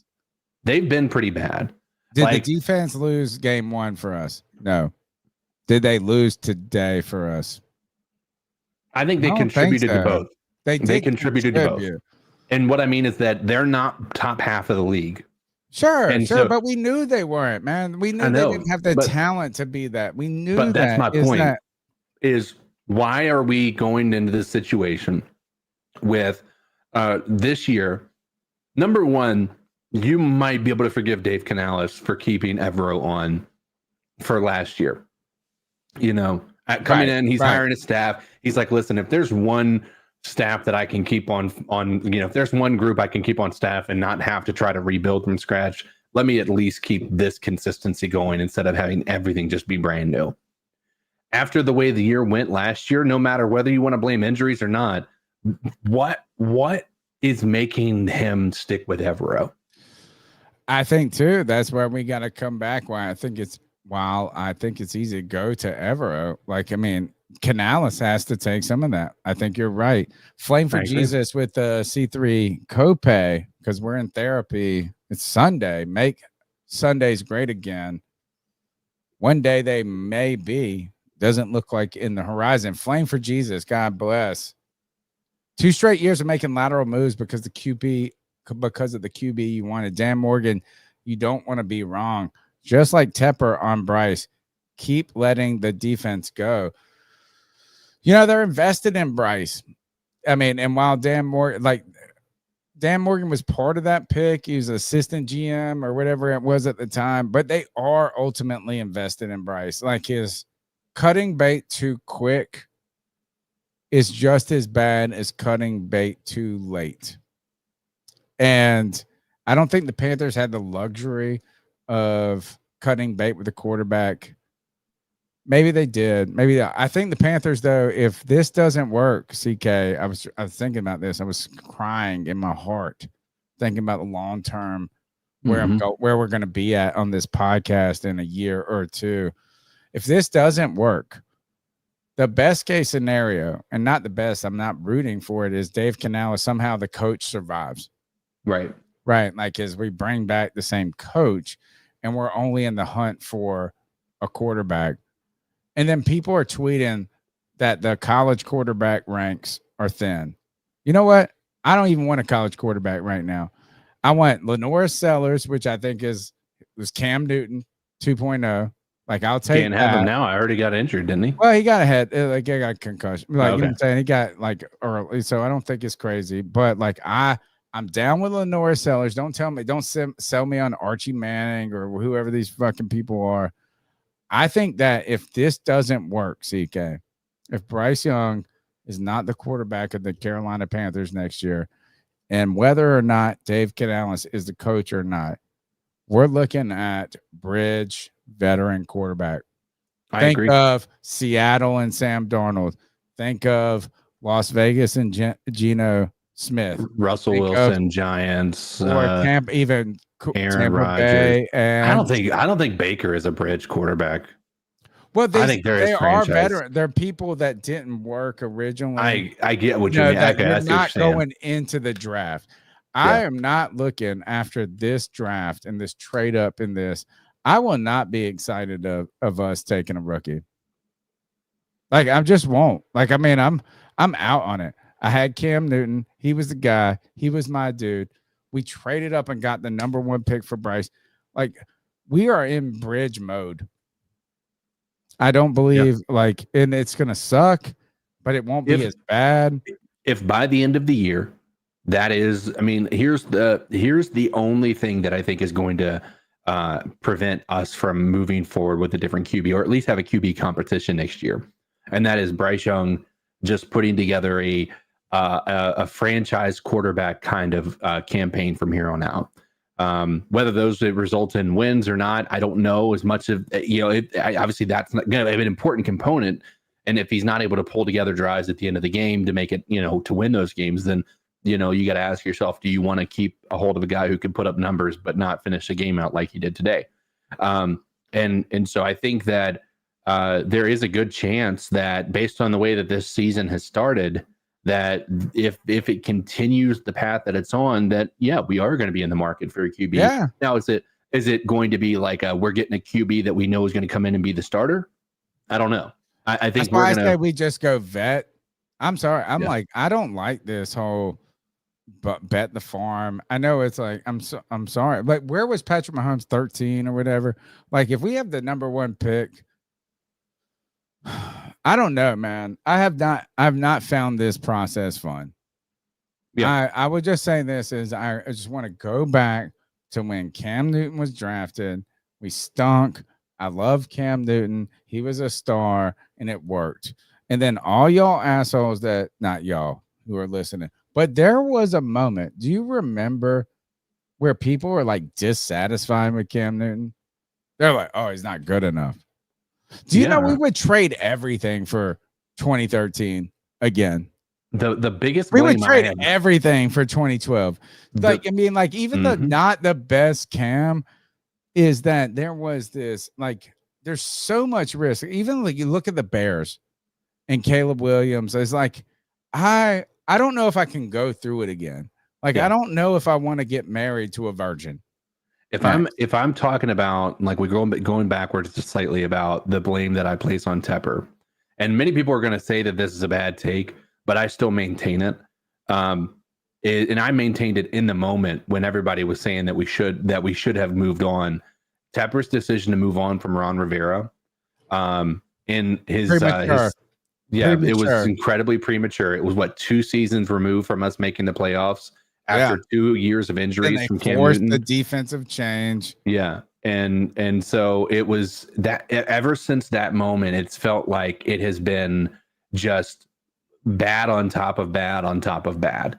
And with some things in there, like, oh man, there's hope here. There's hope here. Somehow there's still hope. And then it always turns out to be potentially worse than we've ever experienced in our entire tenure as Panthers fans. I think that if I'm going to blame anything on anybody, it's going to be, or anything on Tepper from this point moving forward, it's that decision to move on from Ron Rivera, because that was in turn the catalyst that moved on from Cam Newton, that caused us to then go with. By the way, Ron Rivera did not have an allegiance to Cam that he should have. He took a fucking Kyle Allen or whatever with him to the Commanders instead of Cam. And I do understand Cam cannot be a backup quarterback. He's too big. He's too. Yeah. It's like you look at that guy and you're like, just run him. The first interception, I get that part. I do agree with that. But I also go back to this is like trying to find that college quarterback the coach, this and that. Tepper's early. I don't like people calling Tepper as the problem now. Like, I mean, yes, he maybe started the avalanche and he's stepping aside, CK. But like pinning today's loss on Tepper, I think is a fool's errand. I think this is that we should have hired Mike Vrabel. Or somebody that is like and I do think there might be something, if anything, if there is a criticism to Happy Smiley Canales beyond his performance, is that you are hiring yes men. Yeah, you're hiring people that, like, we kind of want somebody to come and put their big D on the table. I don't feel like Canales owns the locker room. You know what I mean? Like, I know that there's too nice. He's Ted Lasso, man. Did you see that video of when Bryce Young was walking off of the field? He was talking to Austin Corbett, and Canales came over, and he was just like, what it reminded me of. Did you see that video, Tony? Was it today's game? Yes, from today's game. Yeah, it was like somebody posted it, and they said it looked like Bryce was upset about something with the snap or Corbett, right? Yeah, it was like it was something along those lines. And what was funny about it was that, like, it wasn't even just that Bryce Young, like, it was, that part was interesting, seeing him walk up and having some fight, or even look like talking to him like he was like, hey, this is correct this or what have you, right? And so that was interesting to see. But it was Dave Canales walking up. Don't be nice here, brother. No, it was like he walked up, and what it reminded me of is, like, you're at a party and you don't know anybody, and you see a couple of guys that you do know talking, and you walk up and you just start nodding your head like you're into the conversation and stuff. Like, what y'all talking about? Yeah, and they were just like, they literally just walked away from him. Like, they didn't, like, they acknowledged him for a little bit, but then they just like walked away from him. And in that moment, my first thought was, and there's a lot of people on X that would probably agree with this. It just did not feel like they respected Dave Canales in that moment. It was like Dave Canales was just a guy there to mitigate, like as a therapist. And I don't know that I want that. Like, I've been, I know we're week 2, And this is like maybe 3 weeks away removed from me being like, man, Dave Canales has some promise and all that stuff. But like these I don't last think 2 he's weeks, toast. I don't think he's No. toast. You know what I'm saying? Like, I'm not ready to say fire Canales. Yeah. Like, I'm really not. Like, I think that you can set yourself back by just trying to find a scapegoat. Well, if you But I fire will Canales say after 2 years, we're not gonna get any serious candidates. The reason we went with Canales now anyway is additionally we because fired we're Mike Wright, Frank Wright after a year. And you're right, we didn't get any serious candidates then. We got Dave Canales. We got the young. What I guess I'm trying to say is this: is that look, want to give grace to Canales, as in it's not easy, right? It's not easy. Like, everybody is at fault today. Right. Every single, from every drop ball, like if you put it all on Bryce, if you put it all on the defense, you put it like that's the easy thing to do, is to put it on somebody. What I am disheartened about ultimately is that you have the offense doesn't look cleaner. That's what all I would say is, like, I don't need the offense to be throwing up fucking 30. I don't need that. Like, I didn't walk into this season saying the Panthers, I expect them, if they don't throw up 30 every week, I'm going to be mad. Like, I just am disappointed that it's not crisper. I just want a defense that makes me feel confident that our offense doesn't have to be perfect. Dude, like that's great to say, CK, but the offense isn't even, they can't score. Well, like, I think that's a fair statement to say in any realistic fucking universe I'm in. Yeah, but yeah, we walked listen. into the halftime, bro, with 3 points. I guess I don't care what the defense did. The defense could, if it was 3-0. Think about that. If our defense held them scoreless, you ain't feeling great. You're not feeling great. I am disappointed that the offense isn't, that there are issues still. Not issues. There's always going to be issues. You know what I'm saying? There's going to be injuries. There's going to be this. You added this. There's going to be differences. But do you really feel like this offense has taken a significant step forward from, I think, year 1 to 2 with an offensive head coach, with a, you know what I'm saying? With the offensive line, they gave you a receiver. I don't feel like this offense, that's why I'm just disappointed that it's not. It's like, it's somebody saying this, and for someone, maybe we do have to trust in the process longer. And that's why I'm not saying fire Canales, but like, you go to the gym and you exercise, and you eat up a salad for 2 days, right? And then you get on the scale and you lose no weight. The offense has not improved at all, CK. I disagree. I'm looking at it from an optimistic side of things, right? You think the offense is better than last year? Do you know this is his career high in passing completions and in yards in a game? Didn't matter. But my point. But then we can go back to that Atlanta game. When's the last time that Atlanta game? They'd be like, oh, well, then he drove a 95 yard. These are nominal stats, CK. But does the offense offense looked Tony, better? Let's talk about something. Okay, if you want to look at it from the perspective of season over season, right? Week 1 last year and week 2 last year. By the end of week 2, we knew Bryce was getting benched. There was no, he was done. He couldn't do anything. This makes me want to slip my wrist. But here we are, week 2, and so you can make an argument that Bryce is kind of a, he needs to ramp up and become. Right, he's a momentum. He's a momentum, right? He might be a momentum quarterback, whatever that may be. Right now, at the end of last year, that momentum started to build up, but it only built up after he was benched, and it was the end of the season, right? We were already out of the playoffs.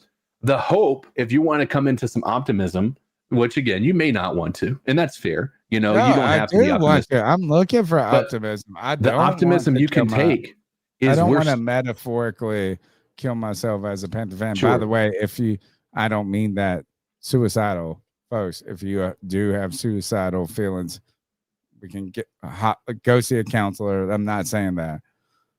Metaphorically, CK, keep going. Yeah, but from an optimistic side of things, you can look at it from this perspective, right? There's not a single person that can look at last year and think Bryce Young at the end of the last year was worse than he was when he first came into the league, which means that he was making progress, right? And so there's not a lot of people that can look at Bryce Young throwing 300 yards. Get on board with this, bro. Hold on. But Bryce Young, no matter whether you want to argue prevent defense or what have you, it does not matter, because even in prevent defense, they're preparing themselves for you to throw the ball. You still have to be able to make some crazy good throws. Sure. And there were some great throws he was making. And you can't argue that there were some bad throws today. Don't get me wrong. And there towards the end of the game, at the very beginning of the game, there were some bad throws. But there were also a lot of really good throws. And so that's like, to say that there was, even with prevent defense, you can argue that all day, every day. Prevent defense would mean if we're just checking the ball down and getting 5 yards. We weren't doing that. We were throwing the ball 10, 15, 20 yards down the field on 4th and 16, 3rd and 15, things like that. So I don't think it never looked good, though. Right. And so it never looked good, though, CK. This is what I would say to answer that, because I did think about this a lot. It's like we're in a domestic violence situation. That's what I really feel like. Being a Panthers fan is like, the analogy is to, it's like, oh, he still loved me. He didn't mean it. He tried. He did a little bit better this time. You know, it wasn't as bad as last time. And can you agree, up to this point, he has not played as well as he played today at any point this early in the season, Bryce Young? At any point, Bryce Young was great today. I don't think he was great. I don't think he was bad. No, I don't think he was bad. I think he was above average. No, I would say average. I think if you take that first quarter out of the equation, above average. You take that first quarter out of the equation. No, I do not think you can take that out. In what manner do you believe that? Outside of that final drive, what made you believe today that Bryce Young didn't play above average? Above average? All right, I will tell you exactly, is that you're given these moments. We had 8 minutes in the third quarter.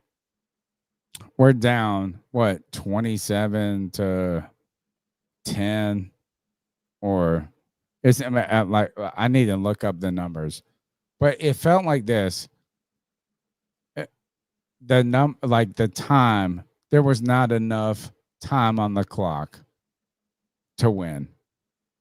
Like, if everything went right, there was not enough time. But let me ask you this: do right away. And so, look, you can talk about drops. You can talk about this. I think Bryce did enough. Like, he did. He was okay. That's all I would say is this: is Bryce today was okay at best. That's what I like. I mean, really, if you watch that, I accept your opinion on that. I think that okay at best. I'm not saying he was bad. I'm not saying he was not good. He definitely was not great. So if you want to argue, not you, right? Because I'm not saying you argue with me, but like, if we want to quibble over if he was okay or good, then I will quibble. Sure. But he was not great. No, I wouldn't say he was great based on the performance People let today. him down. Right. There were all these. Sure. Always some other thing. But with I did not walk out of here. I didn't walk out of the third quarter. And to be honest, the only thing that makes me not want to burn my life down, CK, if that onside kick would not have happened, I would have really done this bit tonight. I had it prepared. Like, would you rather have watched Waterworld or the Panthers? Would you have rather watched what's the I have it. I wrote it down. Morbius. Like, would your afternoon have better been served watching? Which, by the way, I don't think Morbius is as bad as people think. It is bad in the projection way. Like, I don't think it's the worst movie ever. But like, it's like, would your afternoon have better been served watching Morbius, which people think is like one of the worst movies ever? Can I ask you a question real quick? Panthers. And I would have said if that onside kick would not have happened, we wouldn't have wanted to watch any of it. I don't know if that's true or not. I mean, that onside kick, we were still one possession, like, right? We still kept it a game at the end. But hey, let me ask you this, right? And from my perspective, while there were some errant throws that I think he would like to have back, he would admit that he would like to have back, right? That fumble, which again, you can argue Bryce Young, while at the same time our offensive line is contributing to that. Robert Hunt, offensive line contributed to that. I think the interception is more problematic than the fumble, but continue. But the interception was also his hand was hit when he threw the ball. Okay. So that was a duck that was just in the air that went straight into a defender's hand. Similar to our interception, that was a duck that got that Kyler Murray hit his arm, and it was an interception as well. So even if you take those turnovers, there is a part of that is okay. There's some fault that goes on Bryce Young, but there's also an equal amount of fault on the offensive line and the coaching potentially if there's not communication that's going well. So out, and I understand a lot of people in the chat are saying like you can't remove those turnovers, and I agree. I've said you from started back, you started down. You spotted the other team 10 points, right? And so even with that, right, we were down going into the second half. 20 to, I mean, after, if you want to count them getting the ball at the beginning of the second half and then driving down the field like it was the easiest thing they've ever done in their life, 27-3. All right.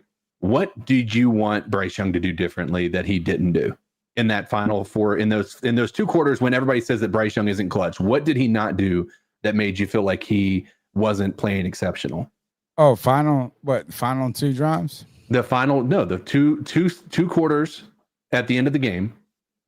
Yeah, I was saying this is like, and I have to go back and watch the film completely. But like my initial perspective is that the offensive line did not help the moment. Sure. Right. But I felt like it was resemblant last week, CK, of when we were on the your 4th down and you're in the end zone and he threw it into the stands. So I just didn't feel like it was, that was bad. We can find a million, like, oh, you didn't catch it, the play calling, like we can find all of this. I didn't feel like he looked like the dude.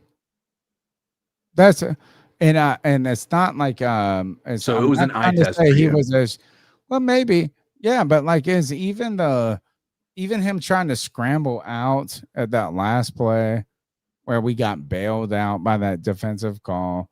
Like it was like, man, you can't do that. It feels like I know that's all you can do at that moment, I guess, or you feel like you can do. I didn't feel like that 1,000 times from Cam, by the way, that going 20 yards back can do that. I know, but there was times where it didn't work out either, right? Cam is actually a man that can physically. Sure. But people would argue that Bryce could do that, and you've seen him do that in occasions as well. You can't, bro. Cam was special on that. I never felt like, and just to answer your question, CK, is I never felt like Bryce did something wrong. I didn't ever feel like he did something right either.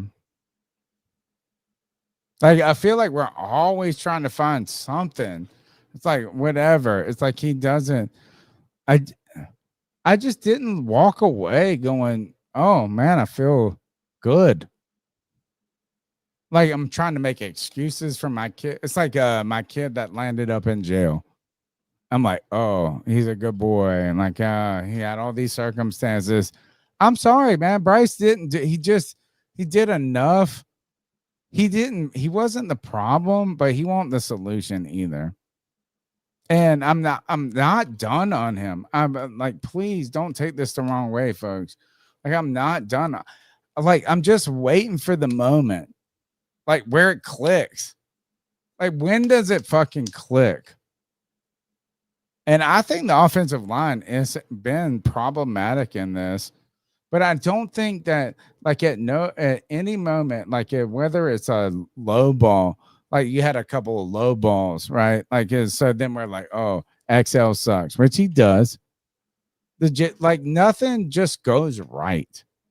That's all I'm saying. And you had this moment, CK, where we were drafting this person. We drafted Bryce Young not because of his physical traits, but because of his intangible. Mm-hmm. You gave the ball to the mug on the 40. And it was like, I was sitting there going, oh shit. Think about this. My girlfriend has met me in the last the year, right? And she knows this podcast means a ton to me. Right. Like all of this. She's never seen the Panthers be good, though. Right. And I'm sitting there like this. Oh, and it's fucking done from the beginning. Like we had the best circumstances and it couldn't work. I'm sorry, man. I don't know. What did he do well? And did he win the game for us, CK? No, he didn't. Sure. But he gave us the best shot too. I don't want to I want him to be the fucking dude. He may not have, but also you got to keep in mind, and it's worth at least acknowledging the idea. By the way, let's not fool ourselves. People, he threw shit out of bounds. Go back. Every single quarterback in the entire NFL has done that. Though. That's fine. That's fine. But that's like from his actual throwing stats today are actually pretty incredible. That last 10 throws, 10 incompletions at the end of the game, problematic, right? Don't get me wrong, but like make mistakes at the end. I think that everybody on the team made mistakes at the end. No, yeah, I agree. I think he did make mistakes, but I don't think that. I think that I don't think there's many quarterbacks in the league that are overcoming the mistakes that everybody else made on the field as well. Are you serious? Tell me who was going to outperform what they just did. Josh Allen. How would he have done it without the offensive line? Because there's been times where he's been absolutely horrible because his offensive line hasn't been able to perform either. Oh, okay. You know what? I'm not going to down that hill.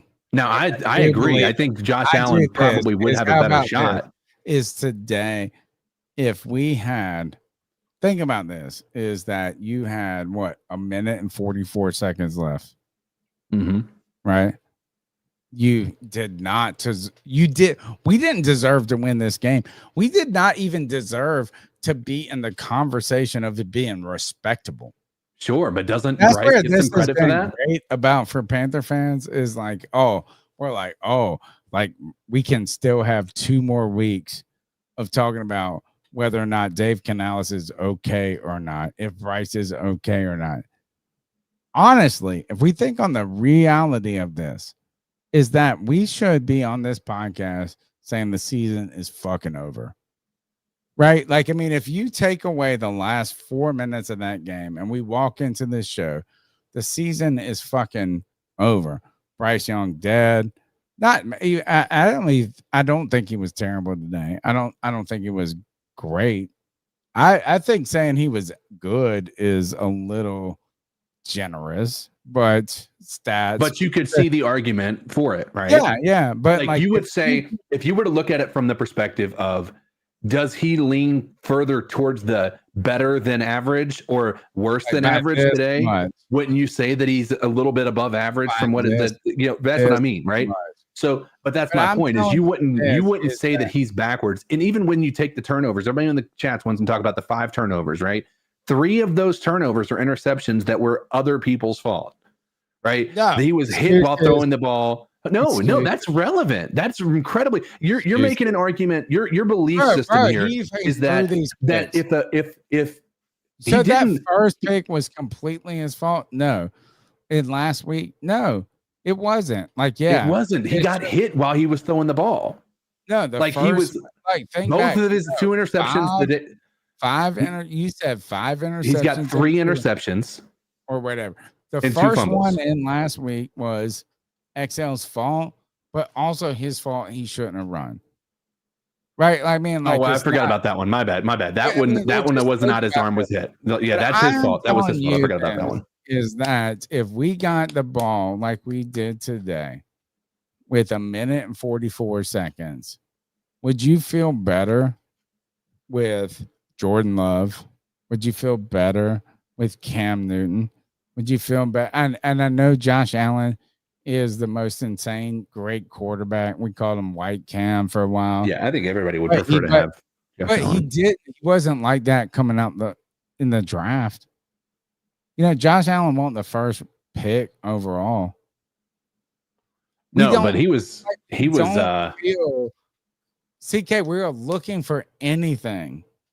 We're in a broken marriage. Right. And we're looking for anything that is a sign that she loves me. Sure. And I want her to love me. I want Bryce Young to love me. Like, I'm not rooting against him.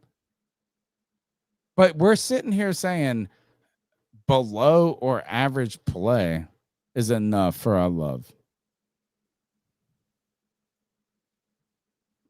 I mean, I don't know. I mean, I don't blame anything on Bryce. Actually, you know what? That's unfair. That's like too forgiving. But like, I didn't walk away from today going Bryce was the problem, but he wasn't the solution today. Right? Was he the solution today, CK? Was he the reason? Like, if you look, the first 2 drives were automatically behind, and at the end, he didn't get it done. You can talk about play calling, you can talk about this. I actually think that Jatavian Sanders in the end zone, I think Jatavian should have caught it. Oh, yeah, that was a really good throw. Like, every single thing, it's always something, though. That's all I'm saying. It's always that's the part that I will say about this. Is it felt like it's not something with the great players, though. I want to make before we move to the next call. There's a lot of people who want to make this argument that he was doing this against prevent. If you know anything about football, which I'm assuming based on everybody here, you know that they stop playing prevent when you're at the 30-yard line, right, of the opposing defense, right? So the defense isn't going to be playing prevent while you're in the red zone. So that argument, by the way, you might be getting it done anyway, though, CK. No, he did. He got 3 touchdown passes in that final half of the game. Yeah, but he didn't get the one we needed. But what I'm saying is everybody's trying to take away his stats because they're saying garbage time, right? All 3 of his touchdowns were while they were in the red zone when they're not playing prevent defense. It's a fool's argument to state that the prevent defense is the reason you take away his stats. Because if you know anything about the game, you know that they're not going to be playing prevent with 30 yards left to go to the end zone. They shorten up that defense real quick. His stats were better than we should have expected with the start that they had. Right. When you if we walked away from, when I turned on that, CK, I was 4 minutes late to the game, and we're down 7-0. Right? You know what I'm saying? Think about that. You went and took a piss, and you turned the game on, and you're already down. For a team that cannot be down, cannot be playing. I walked in, boom, turned it on my phone, and then I turned it on the radio because my phone, I couldn't get the reception, and then we're throwing a pick. We started so far behind. To be honest, the idea that Bryce's stats were as good as they are is incredible. Right. It is. And it doesn't matter if it was prevent. And it does matter a little bit. It was prevent. But don't look at the stats. The opportunity is this. You had an opportunity to wash away your sins. We had a baptism moment and we couldn't do it. God gave us a gift today and we couldn't figure out how to make it happen. And it's not on one person, but you should not have, CK, we should not have been in this game or not even been in the game. I was happy that we didn't lose by 30. Yeah. That's what, like, I was kind of at this point was like, oh, we didn't lose by, like, it's a 27-18, and I'll walk away and I'll find a way to find some happiness in this relationship that I have. You know what I'm saying? I will find a way to find something to hang on to. But we actually had a moment to win this game. Like they could have done it. And they looked like pure dog shit. Yeah, the 3 drives before that got resulted in a touchdown were erased by that final drive. They looked dumb. They looked like they were the entire squad looked like they were playing JV football. It was everything you horrible. did that was great. Like you took the girl on the date. You smooth talked her.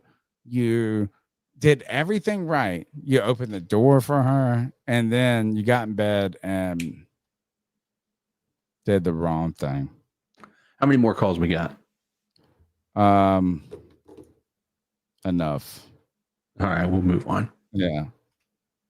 I'm sorry. If it's the same stuff, we can just keep going. Hey, what's up, guys? This is Evan from Raleigh. I was traveling for work this weekend, so caught the game a little behind. But yeah, I just wanted to give my 2 cents on where we're at so far 2 weeks in. I'll keep it very brief. I don't want to string this out and talk forever. It is a 3-minute call. I just find it like through 2 games, it seems that it's so hard to judge Bryce and the offense because it seems like whenever the game actually matters and the game is on the line, we like turnovers or poor play calling or things just fall apart when it actually matters. And then what happens is in the second half when we're down 20 points, they start playing prevent defense and we get little chip plays, 5-yard check downs, 7-yard check downs, and we're moving the chains. I mean, and I'm fine with that. I'm not like knocking that at all. Like take what the defense gives you. That's fine. But it's like impossible for me to be able to determine if Bryce is a game-changing quarterback based on that. Like I don't know. Like it seems like he not only, but a majority of the time, I feel like he performs well when the game is already out of reach and it doesn't matter. And after watching this game against the Cardinals, he made a lot of really good throws, like flushed out of the pocket. There was a play that was like 4th down. It was like 4th and 17 or something to save the game. He threw it to Bryson Tremaine across the middle. Stepped up in the pocket on another 3rd and long and delivered a strike on the run. I mean, he makes good throws. It's just like I don't get it. I don't understand. It's like it only comes out of him when it doesn't matter anymore, and that's the problem. And that's a big problem. And I don't know if coaching is the issue. I think that's more Bryce than coaching. Like that's not Coach Canales' fault if he starts out flat every game. I mean, anyone can always argue the play calling can be better, but like I don't know, man. It just seems like we can't dig ourselves a hole when we're already not as talented as a lot of these other teams.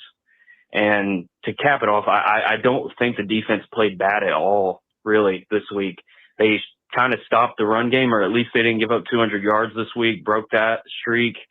There were a couple explosive plays, but overall, I thought the defense played decent. I mean, they played good enough to win the game. If you don't give those turnovers up early on, at halftime, the score might be only... Same last week, 6 points in the second half. Same points. Like, it's too easy to blame it on the defense. Mr. Stratz, $5 C3 copay. If I'm being completely honest with myself, Bryce and Canales are not it. If I go deep down on the fields, we go next to Flame for Jesus. Again, an angel investor in the C3 Panthers podcast. Flame for Jesus says CKPFF gave Bryce a decent grade last week. They also said he didn't have but 2 drops. Most experts said 0 or 1 drop. I don't know. I felt like everybody. I don't know what that means. Right. He comes back. Thank you, Flame. Again, angel investor, Flame for Jesus. There is a stat out there that says 20% of all balls thrown by Bryce are uncatchable. Then his percentage of his completion percentage should be less than 20%, right? Like, if it's uncatchable, then how is it being you called? gotta throw like maybe there's some penalties and some different things. And I don't know what that means. All I know is this is I didn't come forward from this being heartened by Bryce Young's performance. I wasn't heartened by anything really. I'm not going in to Atlanta, big dick, and the people that I hate more than anybody. I hate the Falcons more than that's my team that I hate. I'm not walking in there feeling incredibly confident. And somebody said, let CK talk. I got to come back to that. That was a long time ago. Yeah. Oh, I want to come back to that. I'm not, but I may. Next call. It's me, C-Dog 1983 TV. Hope everybody doing okay today. Man, another disappointing loss today. But the way we started this game, like, it's 2 weeks in a row, man. 2 weeks in a row. Offensive line play like shit. They were not good. Corbett. I don't understand Corbett got hurt at the end of the game. Why is Corbett playing center? Like, what the fuck are we doing, man? Like, man, I can't even blame this whole game on Bryce, but man, that fumble at the beginning of the game, like, man, that shit was costly. But then we should have took some field goals. If we take some field goals, all we need is a field goal to win the game, and not a touchdown. But then again, at the end of the game, man, like Tony said, man, God gave us the game at the end with all them fucking penalties. Man, just go to fucking T-Mac. I don't give a fuck if you fucking double team, man. Go to T-Mac, man. Where like, is he? Fuck? He was Why missing the fuck are we got them throwing the second balls half. to sleepers in the goddamn end zone? Every time we throw in the end zone, man, we go to T-Mac and goddamn Desavion Sanders. Like, come on, Bryson Tremaine, something. Shit. I'm tired of XL getting fucking targets, man. I'm tired of that shit. God damn. Whenever you come in here, and make sure you hit the like button. Make sure you subscribe to this great content. The C3 podcast is the longest running Panthers podcast on YouTube. Hope everybody can hear me clearly. Thank you, G. That was C Dog. Let's go to the next call. Working to speed this. Baby. Oh my God. Are you gonna tell us how Bryce was amazing, G baby? Bro. Shout out to Hunter Medpro. You had a fucking good game. Shout out to you. And I want to give another shout out to fucking y'all, fucking Lord and Savior Jesus Christ, the hype man, Chuba Hubbard. He's got 2 receiving touchdowns. Hey, I can't fucking talk shit right now, Chuba. Shout out to you, bruh. That throw that fucking Bryce Young had to Medpro, I believe it was the second one, might have been the greatest throw I've ever seen from fucking Bryce Young. That shit was fucking phenomenal. He's talking about the second touchdown, by the way. Throw that bitch in there, man. This is the shit I want to see. Yeah, we didn't get the fucking win. Okay, bro. All right. Whippity-doo, dog. But what we did was not fucking quit. And we was fucking resilient. And I seen great play from these fucking young guys. Baby Gronk. I love to see it, bro. Had a lot of key fucking catches from fucking Bryce Young. I'm gonna tell you guys one thing. If Bryce Young don't fucking trust you, you're not getting the fucking ball. That's a lot. Bryce Young. He tried to give it to XL. Over and over. Loves him some Nalo. And hopefully when Jalen Coker comes back, that connection ain't gonna change, and I don't believe it will. But I want to give another shout out to fucking Jatavion fucking Sanders, G. Hook 'em, baby. That's what I want to fucking see. Put your fucking big body, shield the motherfucker, and make the catch. That's what I want to see from you, JT. A phenomenal game from fucking JT Sanders, man. Oh, let's talk about fucking extra lotion. I'm calling for the Let's benching talk of about fucking Bryce, extra lotion. bro. He's Come killing on, this G fucking offense, baby. and he's killing drive. And I don't understand why fucking Bryce Young continues to throw the ball to him, because he's just not interested in fucking busting his ass and getting better and catching these All goddamn right, G balls. baby. I'm cutting you off, and I'm not cutting you off because I don't appreciate your opinion. But come on, you're coming up in here and just like, oh, let's talk about every single thing that ain't Bryce Young. And I'm not saying we're gonna shit on Bryce Young, but don't act like this motherfucker was a savior. You know what? He conveniently did not talk about how great Bryce was there. Let's go to John B. Hey, it's John B. Jenkins calling in. Man, why we got to lose that game? I mean, do you guys realize that we almost had the opportunity to be on the receiving end of referee calls?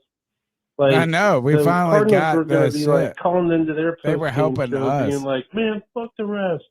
They completely were in the back for the Panthers. They totally gave the Panthers that game. Or we were almost there. We could have been that team." Well, I've never been part of that before. I really wanted to. Man, why did they got to go lose? And then my dang kid comes down and watches it with me the last 22 seconds of the game, and I ended up telling him to shut up. How horrible of a father am I? I'm the worst. No, hold on. What happened here?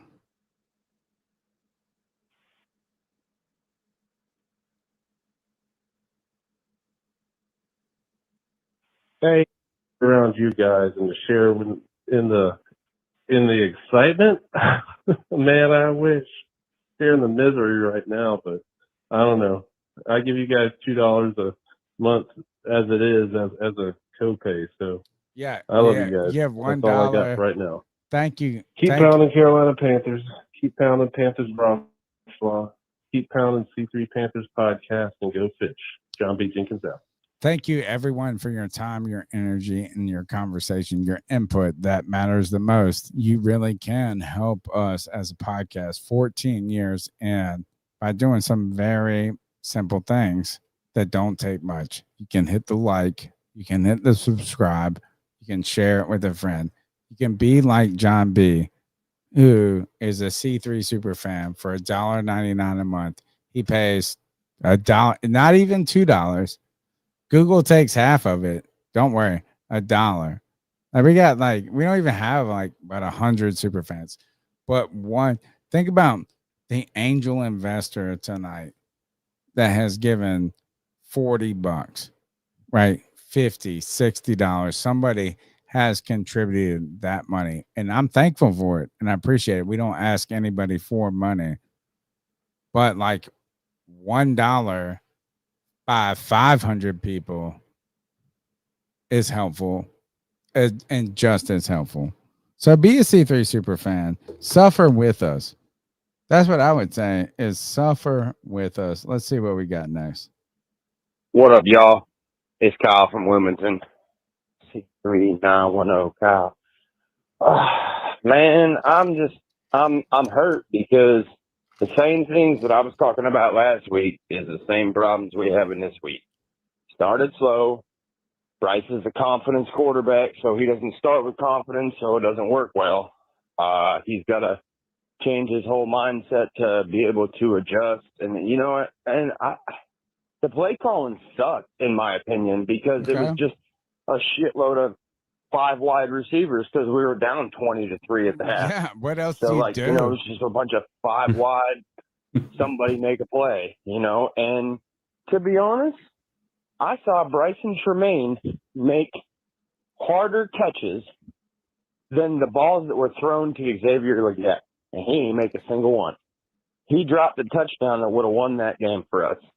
So I don't know. I'm out. I'm pretty sure I'm out on Canales. I don't think that he's the guy for the job. I think we got enough players to make a good run, in a couple of years, but we can't do it with the coaching staff we got because the play calling is terrible and defensive play caller ain't no better. So keep pounding, fellas. It's gonna be a long one. I'm still surprised that Bryson Tremaine was white. I really am. Like, I had no idea. Do you remember when we did the 53-man roster shit? And it was like, yeah, who is Bryson Tremaine? Who is and then Alex Idlo. And I was like, oh my God. I was shocked. And that's all I gotta say about that. And everybody knows me. Like, I was like, damn. Whatever. It's like, Tony, I would rather watch Battlefield Earth, Made in Manhattan, Spider-Man 3 with Tobey Maguire. What else? I would rather watch. Hold on, I'm gonna start this call over. I asked earlier. Tony, I would rather watch. Damn. Why did you immediately go? So I asked this is before the onside kick, CK. I was sitting there going, I gotta get pumped up to do this fucking post-game show. And my bit was going to be like, would you rather do this? Would you rather have done this? That onside kick, the recovery made the last 20 minutes of that game tolerable, right? It didn't work out for us. This is what my bastard son is talking about. Is like, what movie would you have rather suffered through than being a Panthers fan? Let's go, Kev. Tony, I would rather watch Battlefield Earth, Made in Manhattan, Spider-Man 3 with Tobey Maguire. What else? I would rather watch Morbius, the new Waterworld. Star I Wars love Waterworld, fucking movies. I would rather watch Den of The Room Thieves with 2 Tommy is Wiseau. terrible. I'd rather watch what's another bad fucking Den of Thieves 2 is piece of shit Den movie. of Thieves 2. Yeah. I guess anything with Jennifer Lopez, really. I would rather watch that than watch this team, really, to be honest. It's all awful. CK, what's the last bad movie you watched? Or what's the bad one movie you were like you wish you didn't watch? Or I don't know. That's a really good question. I don't even know. It is a hard question. It's like, this wasn't worth my time. I was trying to think of this earlier when I was like, what is a terrible movie that like I would suffer through?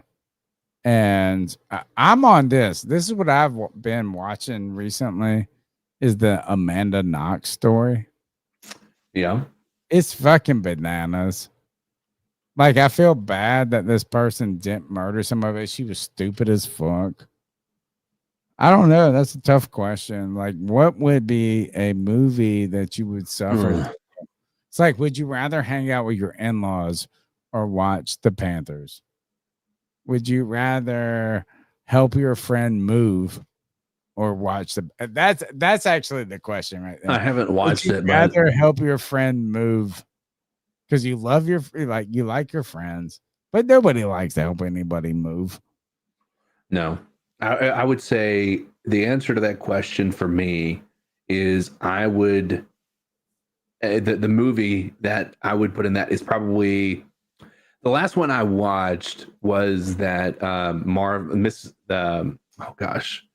was a Marvel movie, and it was Captain Marvel 2. Oh, yeah, just awful too. Yeah, I'm so done with superhero movies. There's too many. CK, we got plenty of calls, but we're gonna do 6 more. Okay, right. There's like only one long one. And we'll talk shit. What up, boys? It's Vegas Drew calling again for our therapy session. I don't know what my copay is, but I'm probably going over. I finally hit the point, I believe, in my Panthers fandom, especially this iteration of our team, that I'm over. I'm done with Bryce. Like, I don't care. you could say I know I'm not delusional to believe that was all his fault, but fumbling that first and then throwing that second pick. Also, he scrambled that last play. Like, how do you take a sack on the fourth down? You slid into that. You stepped up and let old ass Calais Campbell sack you again. I agree with these are on this. him That's what at I'm some saying. point. Granted, like you said, the play calling doesn't help. There's a lot of things that don't help. But damn, like we had no business being in that game. Like it was kind of cool to see finally a onside kick recovery for us. I mean, I felt like, oh man, maybe after all this garbage, there'll be something positive to pull out of this. I was like, man, if we march down, score a touchdown, win this game, maybe we have something. Maybe we are starting to turn a corner. Nope. Like Bryce, multiple times in that last drive, looked like shit. Like, I don't know what else to say other than that. Like, he's throwing that, yeah, they ran all verticals. I get that. But those dudes are open. You're also playing against 3rd, 4th string corners, and he's throwing it nowhere. Like, there's not everybody running a vertical. There's always an out route. There's someone small, a tight end. That's a wonderful call. I agree with that. It's like, when is the moment that we just believe? Think about this. I'm gay for Cam. We know. Like, when is that moment that we get gay from Bryce? Like, when? It hasn't happened. Next call. Hey. You know who the fuck it is. Booyaka, booyaka, booyaka. Oh, Bryce is the best. He is the my incredible. boys. Jatavian. What's good with your Cody? I do what's love good with your G-Baby. CK? And what's good with my white Italian brother? Let's get into it. Woo, that was a fucking hell of a game, man. That was a hell of a fucking game. I want to start off. It sucked, G-Baby. With Fuck that. It sucked. The 2 turnovers Bryce Young had. Just poor execution by the offensive line, man. Even the last drive of the game, man, with no Robert Hunt in the game, Chandler Zavala got his fucking ass kicked that entire fucking drive, man. If we had Robert Hunt in that last drive, I really believe we win this game. Nuts. And the play calling on the last drive was atrocious. What are we doing, Dave Canales? What are we fucking doing? First of all, Bryce Young was fucking cooking. Rewind. Let's get cooking. Shut the fuck up, G-Baby. Turnovers. Bad He's offensive not fucking cooking. line. Bad play. It is what it is. It shouldn't have happened. We move on. But when the camera was on Bryce, after he had those 2 fumbles, the dude was smiling. He had a little smirk on his face. Like, he was like, okay, this is how we gonna start. This is how we gonna do this. All right, watch this. And then he played fucking phenomenal football. Efficient, phenomenal football. I want to talk about Nalo. My God, Go Gadget. The dude is a fucking superhero from another fucking universe. The dude is a fucking alien. Nalo is different. He's a fucking alien, man. We're not gonna. I'm saving extra lotion's ass for fucking last because his ass is grass. His ass is grass, and I'm calling for the benching of fucking all right, extra. thanks, G-Baby. So, all right. Flame for Jesus, Angel Investor again. Thank you so much. Your generosity is incredible. It really is. His copays. This mug has met his. What is it? Yet that limit. You know, when you have an insurance limit where you play, like, once you pay the max, yeah, you get 100%. Flame for Jesus met that long time ago. He said, I love these podcasts. Everyone can have different opinions and solutions to those problems. We aren't the ones that make the decisions. That would be Tepper, which worries me. He thinks he's in Pittsburgh. I'm gonna call, like, look, G-Baby, my boy. I love G-Baby. Like, people don't understand, like, why I love people I love. You know what I'm saying? Like, it can be. He is too. You know what? He's way too forgiving on Bryce. There's nothing good that came out of this. We don't walk into this game, guys. Do you walk into this week into next week. The Falcons are beating the Vikings right now, 12-6. 4 You field don't walk goals. in. You don't. Do you walk in here feeling better about the team? I do. You do. Yeah. The defense improved today. The offense improved today. Like it wasn't. It like last week. It felt abysmal. This week, he actually had a competitive game by the end of the game. Again, we've made progress from week 1 to week 2. That onside kick. Would you have felt like that? Yes, it was a 1-possession game by the end of it. We gave ourselves the best opportunity we could, given what we put on the field at the first half of the game.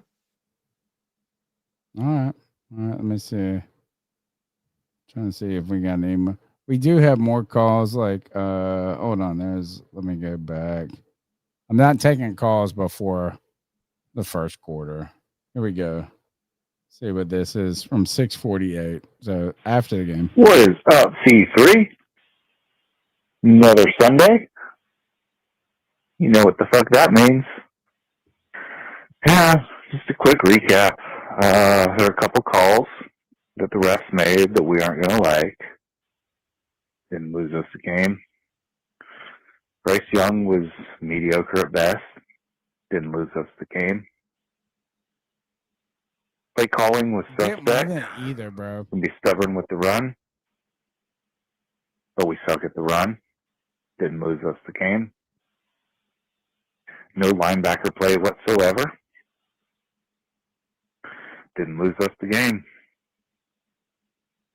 Team just sucks all the way around. Only thing I can say is thank God David Tepper bought this team, because if he did not bring a winning culture to this team, could you imagine how bad we would actually be? Oh, man. Holy shit. We would have won one less game. Here we are. Only question left is, what do we do? What do we do? All right, here, next call. God knows, this is so sad. Everything about this podcast is wonderful and sad. Thank you. This is Preston from Hickory, man. Look, you know what the sad part about this is? The really sad part about this is that I'm numb. Like, I'm just numb to this shit at this point. Dude, we want to watch Waterworld instead. Like Tony said last week, and like I'm saying now, like I'm not picking this team to win a game until they show me that they know how to actually win a game. What's crazy is this is our second offensive head coach in a row. Oh, I'm sorry. That was my fault. And we actually look like a professional. Sorry. We actually look like a professional offense. But man, sorry. It was just fucking pathetic. It's pathetic how we have an offensive head coach who is calling the plays. This is the problem. And our offense can barely score points, or hell, scoring points even move the football. I don't know, man. That's probably even sadder than the fact that I'm just used to this shit by now. Like, I'm just numb. You realize this is a decade. We're going for a decade plus of misery. You know, I remember being a kid and going, man, the Cleveland Browns, the New York Jets, Detroit Lions, like, man, I would hate to be a fan of that football team. Man, that's some miserable shit right there. And I'll tell you what, there's some diehard We fans. are the Browns. We are And the you know what now? We are one of those fan bases. Yeah, I gotta say, we are the most diehard. If you're still here, you are some of the most diehard football fans on the face of the earth, because you come back game after game, week after week to watch this. I mean, I don't even know what to call it. They don't know what to call it. It's trash. It's awful. Just keep your heads up. Keep your heads up, Panther Nation. All right, All right, let's y'all shout keep pounding. again. We have Angel Investor, Flame for Jesus. CK, the defense actually gave up less points last week. They gave up 16 week 1, 17 week 2. The defense outplayed Bryce boys weeks. Bryce has given up 20 points so far with his turnovers. I think if we like, the point of that is we started from behind. Right. You know, is that the defense wasn't supposed to be good. We didn't expect it. Like if the defense was average, we would be jumping for joy. Hey, by the way, Yeah. the kudos to the defense. I mean, we scored 19 unanswered points in that second half. Yeah, they only gave up 6 points in the second half last week. Yeah, I mean, it's like we're a second half team apparently. Like if we can just limit the damage in the first half, maybe we could be a good team. If we could not start from behind. And also big shout out to my boy Strats. Mr. Strats gave the gift that keeps giving. He gifted 20 C3 Panthers podcast memberships for $1.99. You can think about that. $2 a month. You can be an angel investor like Flame for Jesus. Or you could just say, look, I give $2 to y'all. Google will take half of it, right? Just trying to pay the bills. Couple calls left, and then we'll get out of here. I'm only taking call, like, no one's calling in. We got this. I want to do Hope Dealer had a second call. Here's Hope Dealer. We got 3 more calls. Second call from the Hope Dealer C3 Legion. Hey, so game just finished. I called during halftime. You know, that was an interesting ending of that game. You know, Bryce, he did what he could, but still, I mean, we wouldn't have been in that situation if he hadn't played so ugly earlier. But what I saw, man, one thing that still bugs me is the lack of a sense of urgency. The drives take so long. It's because we can't get chunk plays and score quick. All of our drives take 6, 7, 8 minutes. I will say this though, Legette's going to be replaced. He was terrible, and the way I look at it, with Hunter Renfrow having 2 touchdowns, it looks like our new receiving lineup is going to be T-Mac, Hunter Renfrow, and that Bryson Tremaine kid. That UDFA man, he big catches. He looked good out there. Plus, he looked good on special teams. But anyway, I just wanted to say that Xavier Legette. Yeah, I'm pretty much off the Legette train now. The country talking and the coon sandwich and all that is funny. But you know, I don't know, man. All of the fanfare that he's got in the music video with Glorilla and all that stuff, first round pick, doesn't mean anything if you can't catch the ball. And to be a first round pick and have 0 catches is embarrassing for him. But anyway, you know, we got our home opener next week against Atlanta. So at least we got a little bit of momentum going into that game.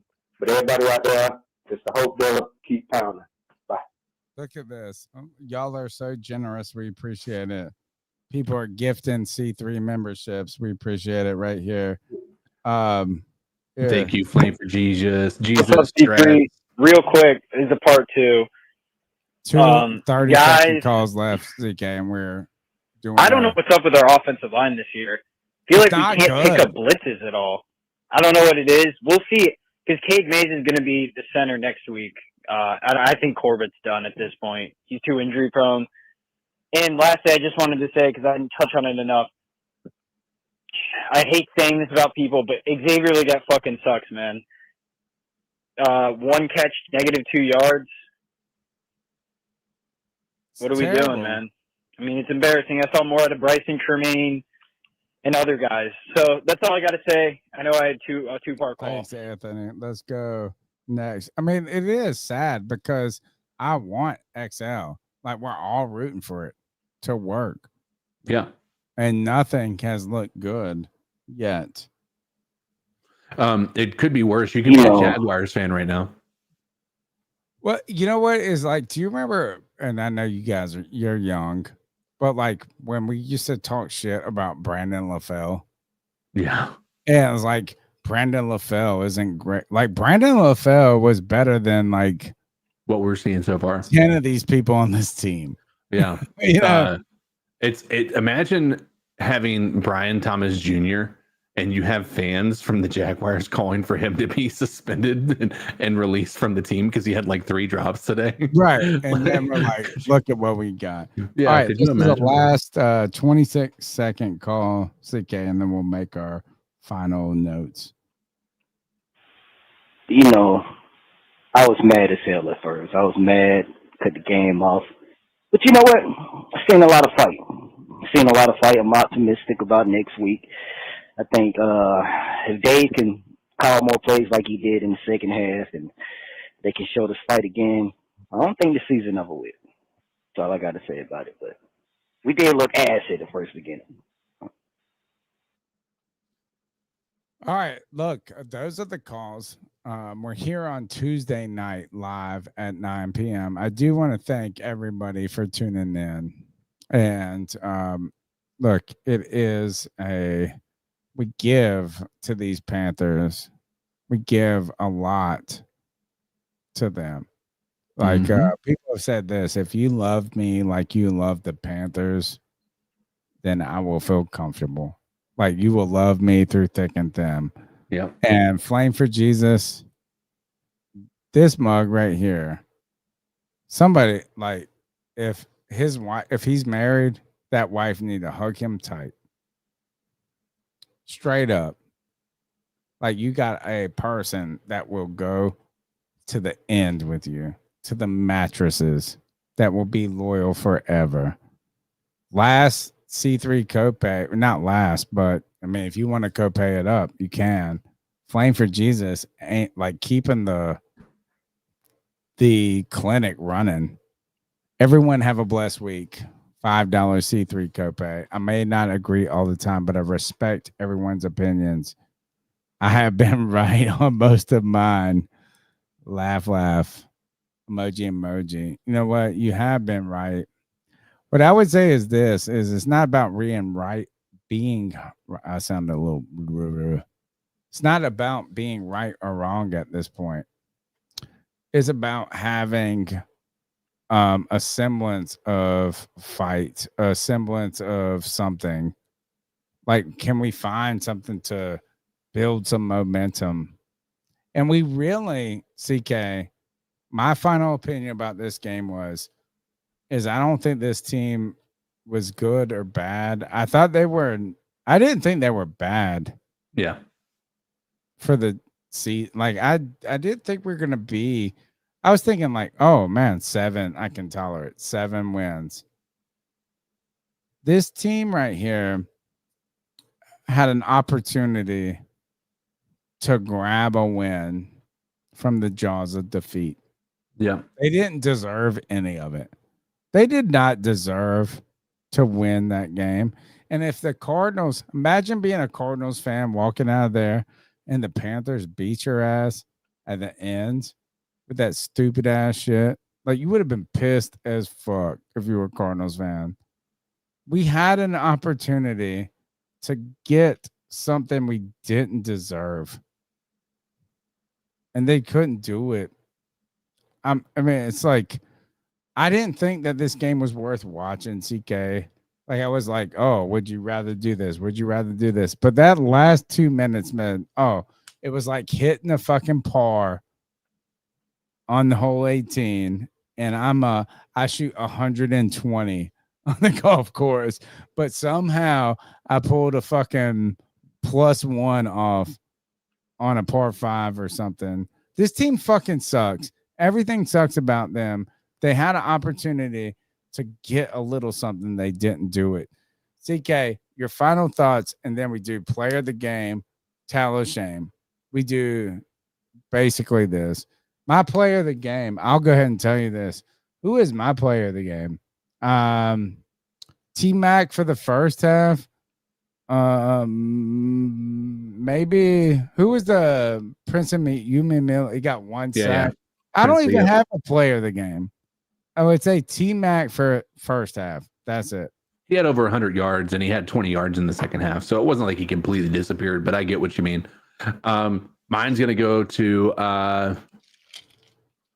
Hunter Renfro, some people are saying in the chat. I like that. We know honorarily, we'll say that Cody's, game player of the game is going to be Hunter Renfro. And I'll go ahead and keep it consistent with what I've done all Brown, episodes. Derek Brown, fucking. He had a couple of good plays. Yeah, he had a couple of good plays. My game ball what is it? We play the game. I don't even know. We had to take it. Whatever we call it. Dab on them. It's gonna be Bryce Young. Balls out award, but Bryce we can't. Young. Right, that's your play of the game. Yeah. Yeah. Why? Just say it real quick. Yeah. Outside of the last drive, the dude, when all the cards were stacked against him, he was able to pull it out and had a near perfect second half outside of that last drive. Nice. I don't have a balls out award. Tell of shame. Tell of shame. I'll go. XL. A good one. XL is a good one. Like, I don't want to shit on somebody for not doing something. I couldn't do it. But all the chips have been against you. All the when are you going to change the narrative? Yep. And he didn't. That's fine. I have to go this offensive line really across the board. Our rush, I think, oh gosh, I don't even know if I want to go look and see how many rush yards did we have? Not 200. It certainly was not 200. They did not eat us up as much as usual. We had 49 rush yards. Oh, wait. Okay. What was our game? But I thought you were talking about our defense allowing. No. I mean, they allowed 82. It was mainly that Kyler Murray, that the one that was the dagger. That Kyler Murray run. That was the dagger, but it was stupid. Yeah. The defense did a good job, but if I'm icing anybody, it's our offensive line. We couldn't get a run game going, and they really couldn't hold up that pass protection for very long either. Yeah, that's it. Towel of shame, all of that. You're listening to the C3 Panthers post-game show. It's also therapy. It's 10:35. We're tired. We're going to bed. We'll be here on Tuesday night, 9 p.m. live, like we have been for 14 years. Hang out with us. Thank you so much to the angel investors, to the contributors. But thank you for your time. That's all I ask is a thumbs up, a share. And I'm thankful for CK's time hanging out with us tonight. We're out of here. I'm not doing any extra whatever. It's over. We almost had a win, but we didn't. We stank. Not this podcast. Yeah, maybe it does. CK, I love you. We're out of here. Peace out.